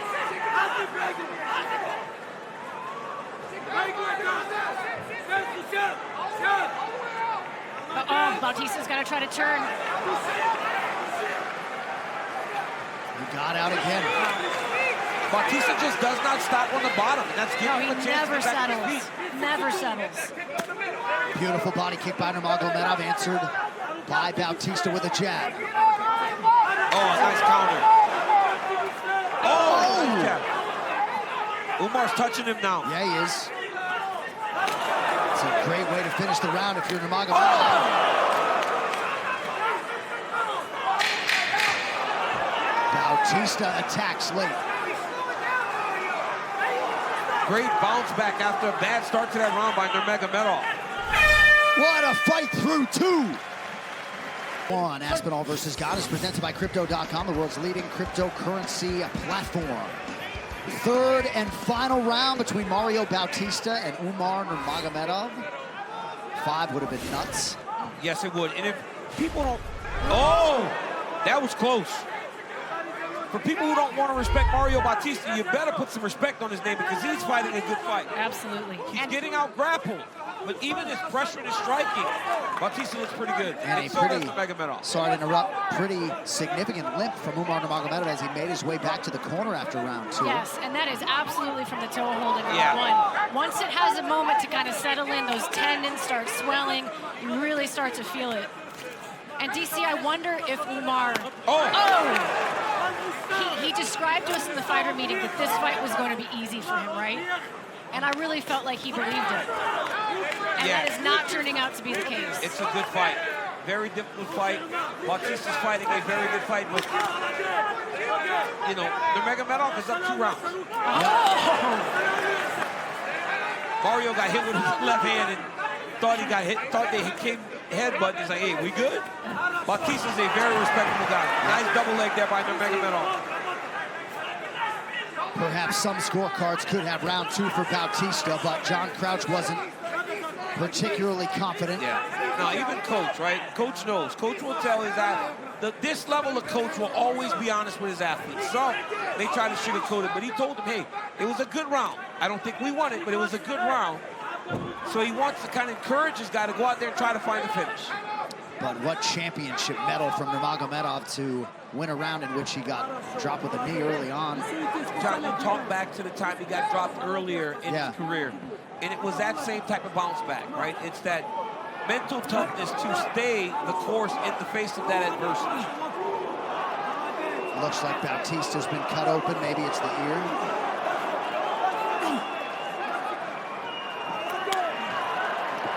Man, just relentless. High crotch, runs the pipe, puts him down. Bautista still defending. Umar changes to a different takedown. All right, back to the center, 2.5 to go. It's a tale of two fights, right? Whenever they're grappling, Umar's the one that's advancing. But the moment they're on the feet, it's Bautista trying to press. And I think by trying to press so much, he's putting himself into takedowns from Umar. 7 of 10 on the takedowns for Nurmagomedov, 7.5 minutes of ground control time.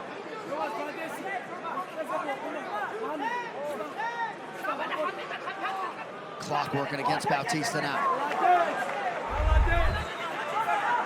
Just another beautifully efficient takedown by Umar.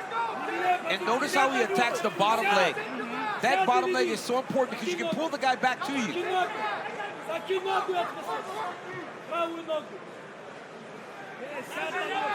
And remember earlier in the night, we talked about wrist control and all these other things that were missing in the fight with Hamdi Abdulwahab. Look now. He's got him gift wrapped. Yep, immediately on the wrist.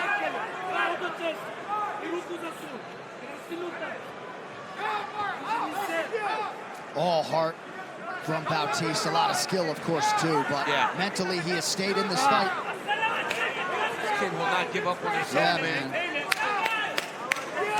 But I mean, look, Umar's just all around him. Yes, like stuck on him. Every single time. It's crazy to think that on the walk you describe how Umar's striking is actually the best. That's the best part of his game, or at least and look, what? I mean, look at this.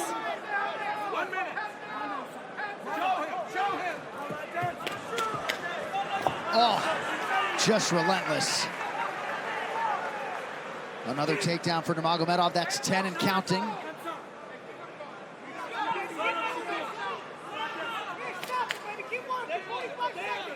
And if you're Mario Bautista, maybe a separation and a Hail Mary, but might not happen.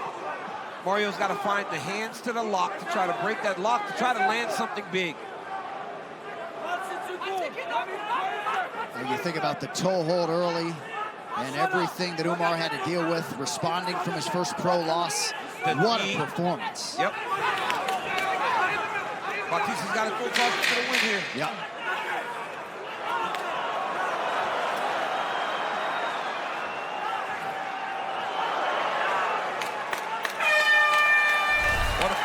What a fight indeed as Umar Nurmagomedov. Umar Nurmagomedov's grappling is just something special. Look at this beautiful mat return here. Slams him down to the canvas. Here's the knee from Bautista that Umar was able to eat and recover from. Impressive in its own right. And then another takedown from Umar. Puts Bautista on his back. Left hand from Umar cracks Bautista. The striking was on point as well. Another combination from Umar Nurmagomedov. Yeah. And then here, I mean, just, he will not give up. If he misses the first one, if he misses the second one, there's a third one and a fourth. By unanimous decision,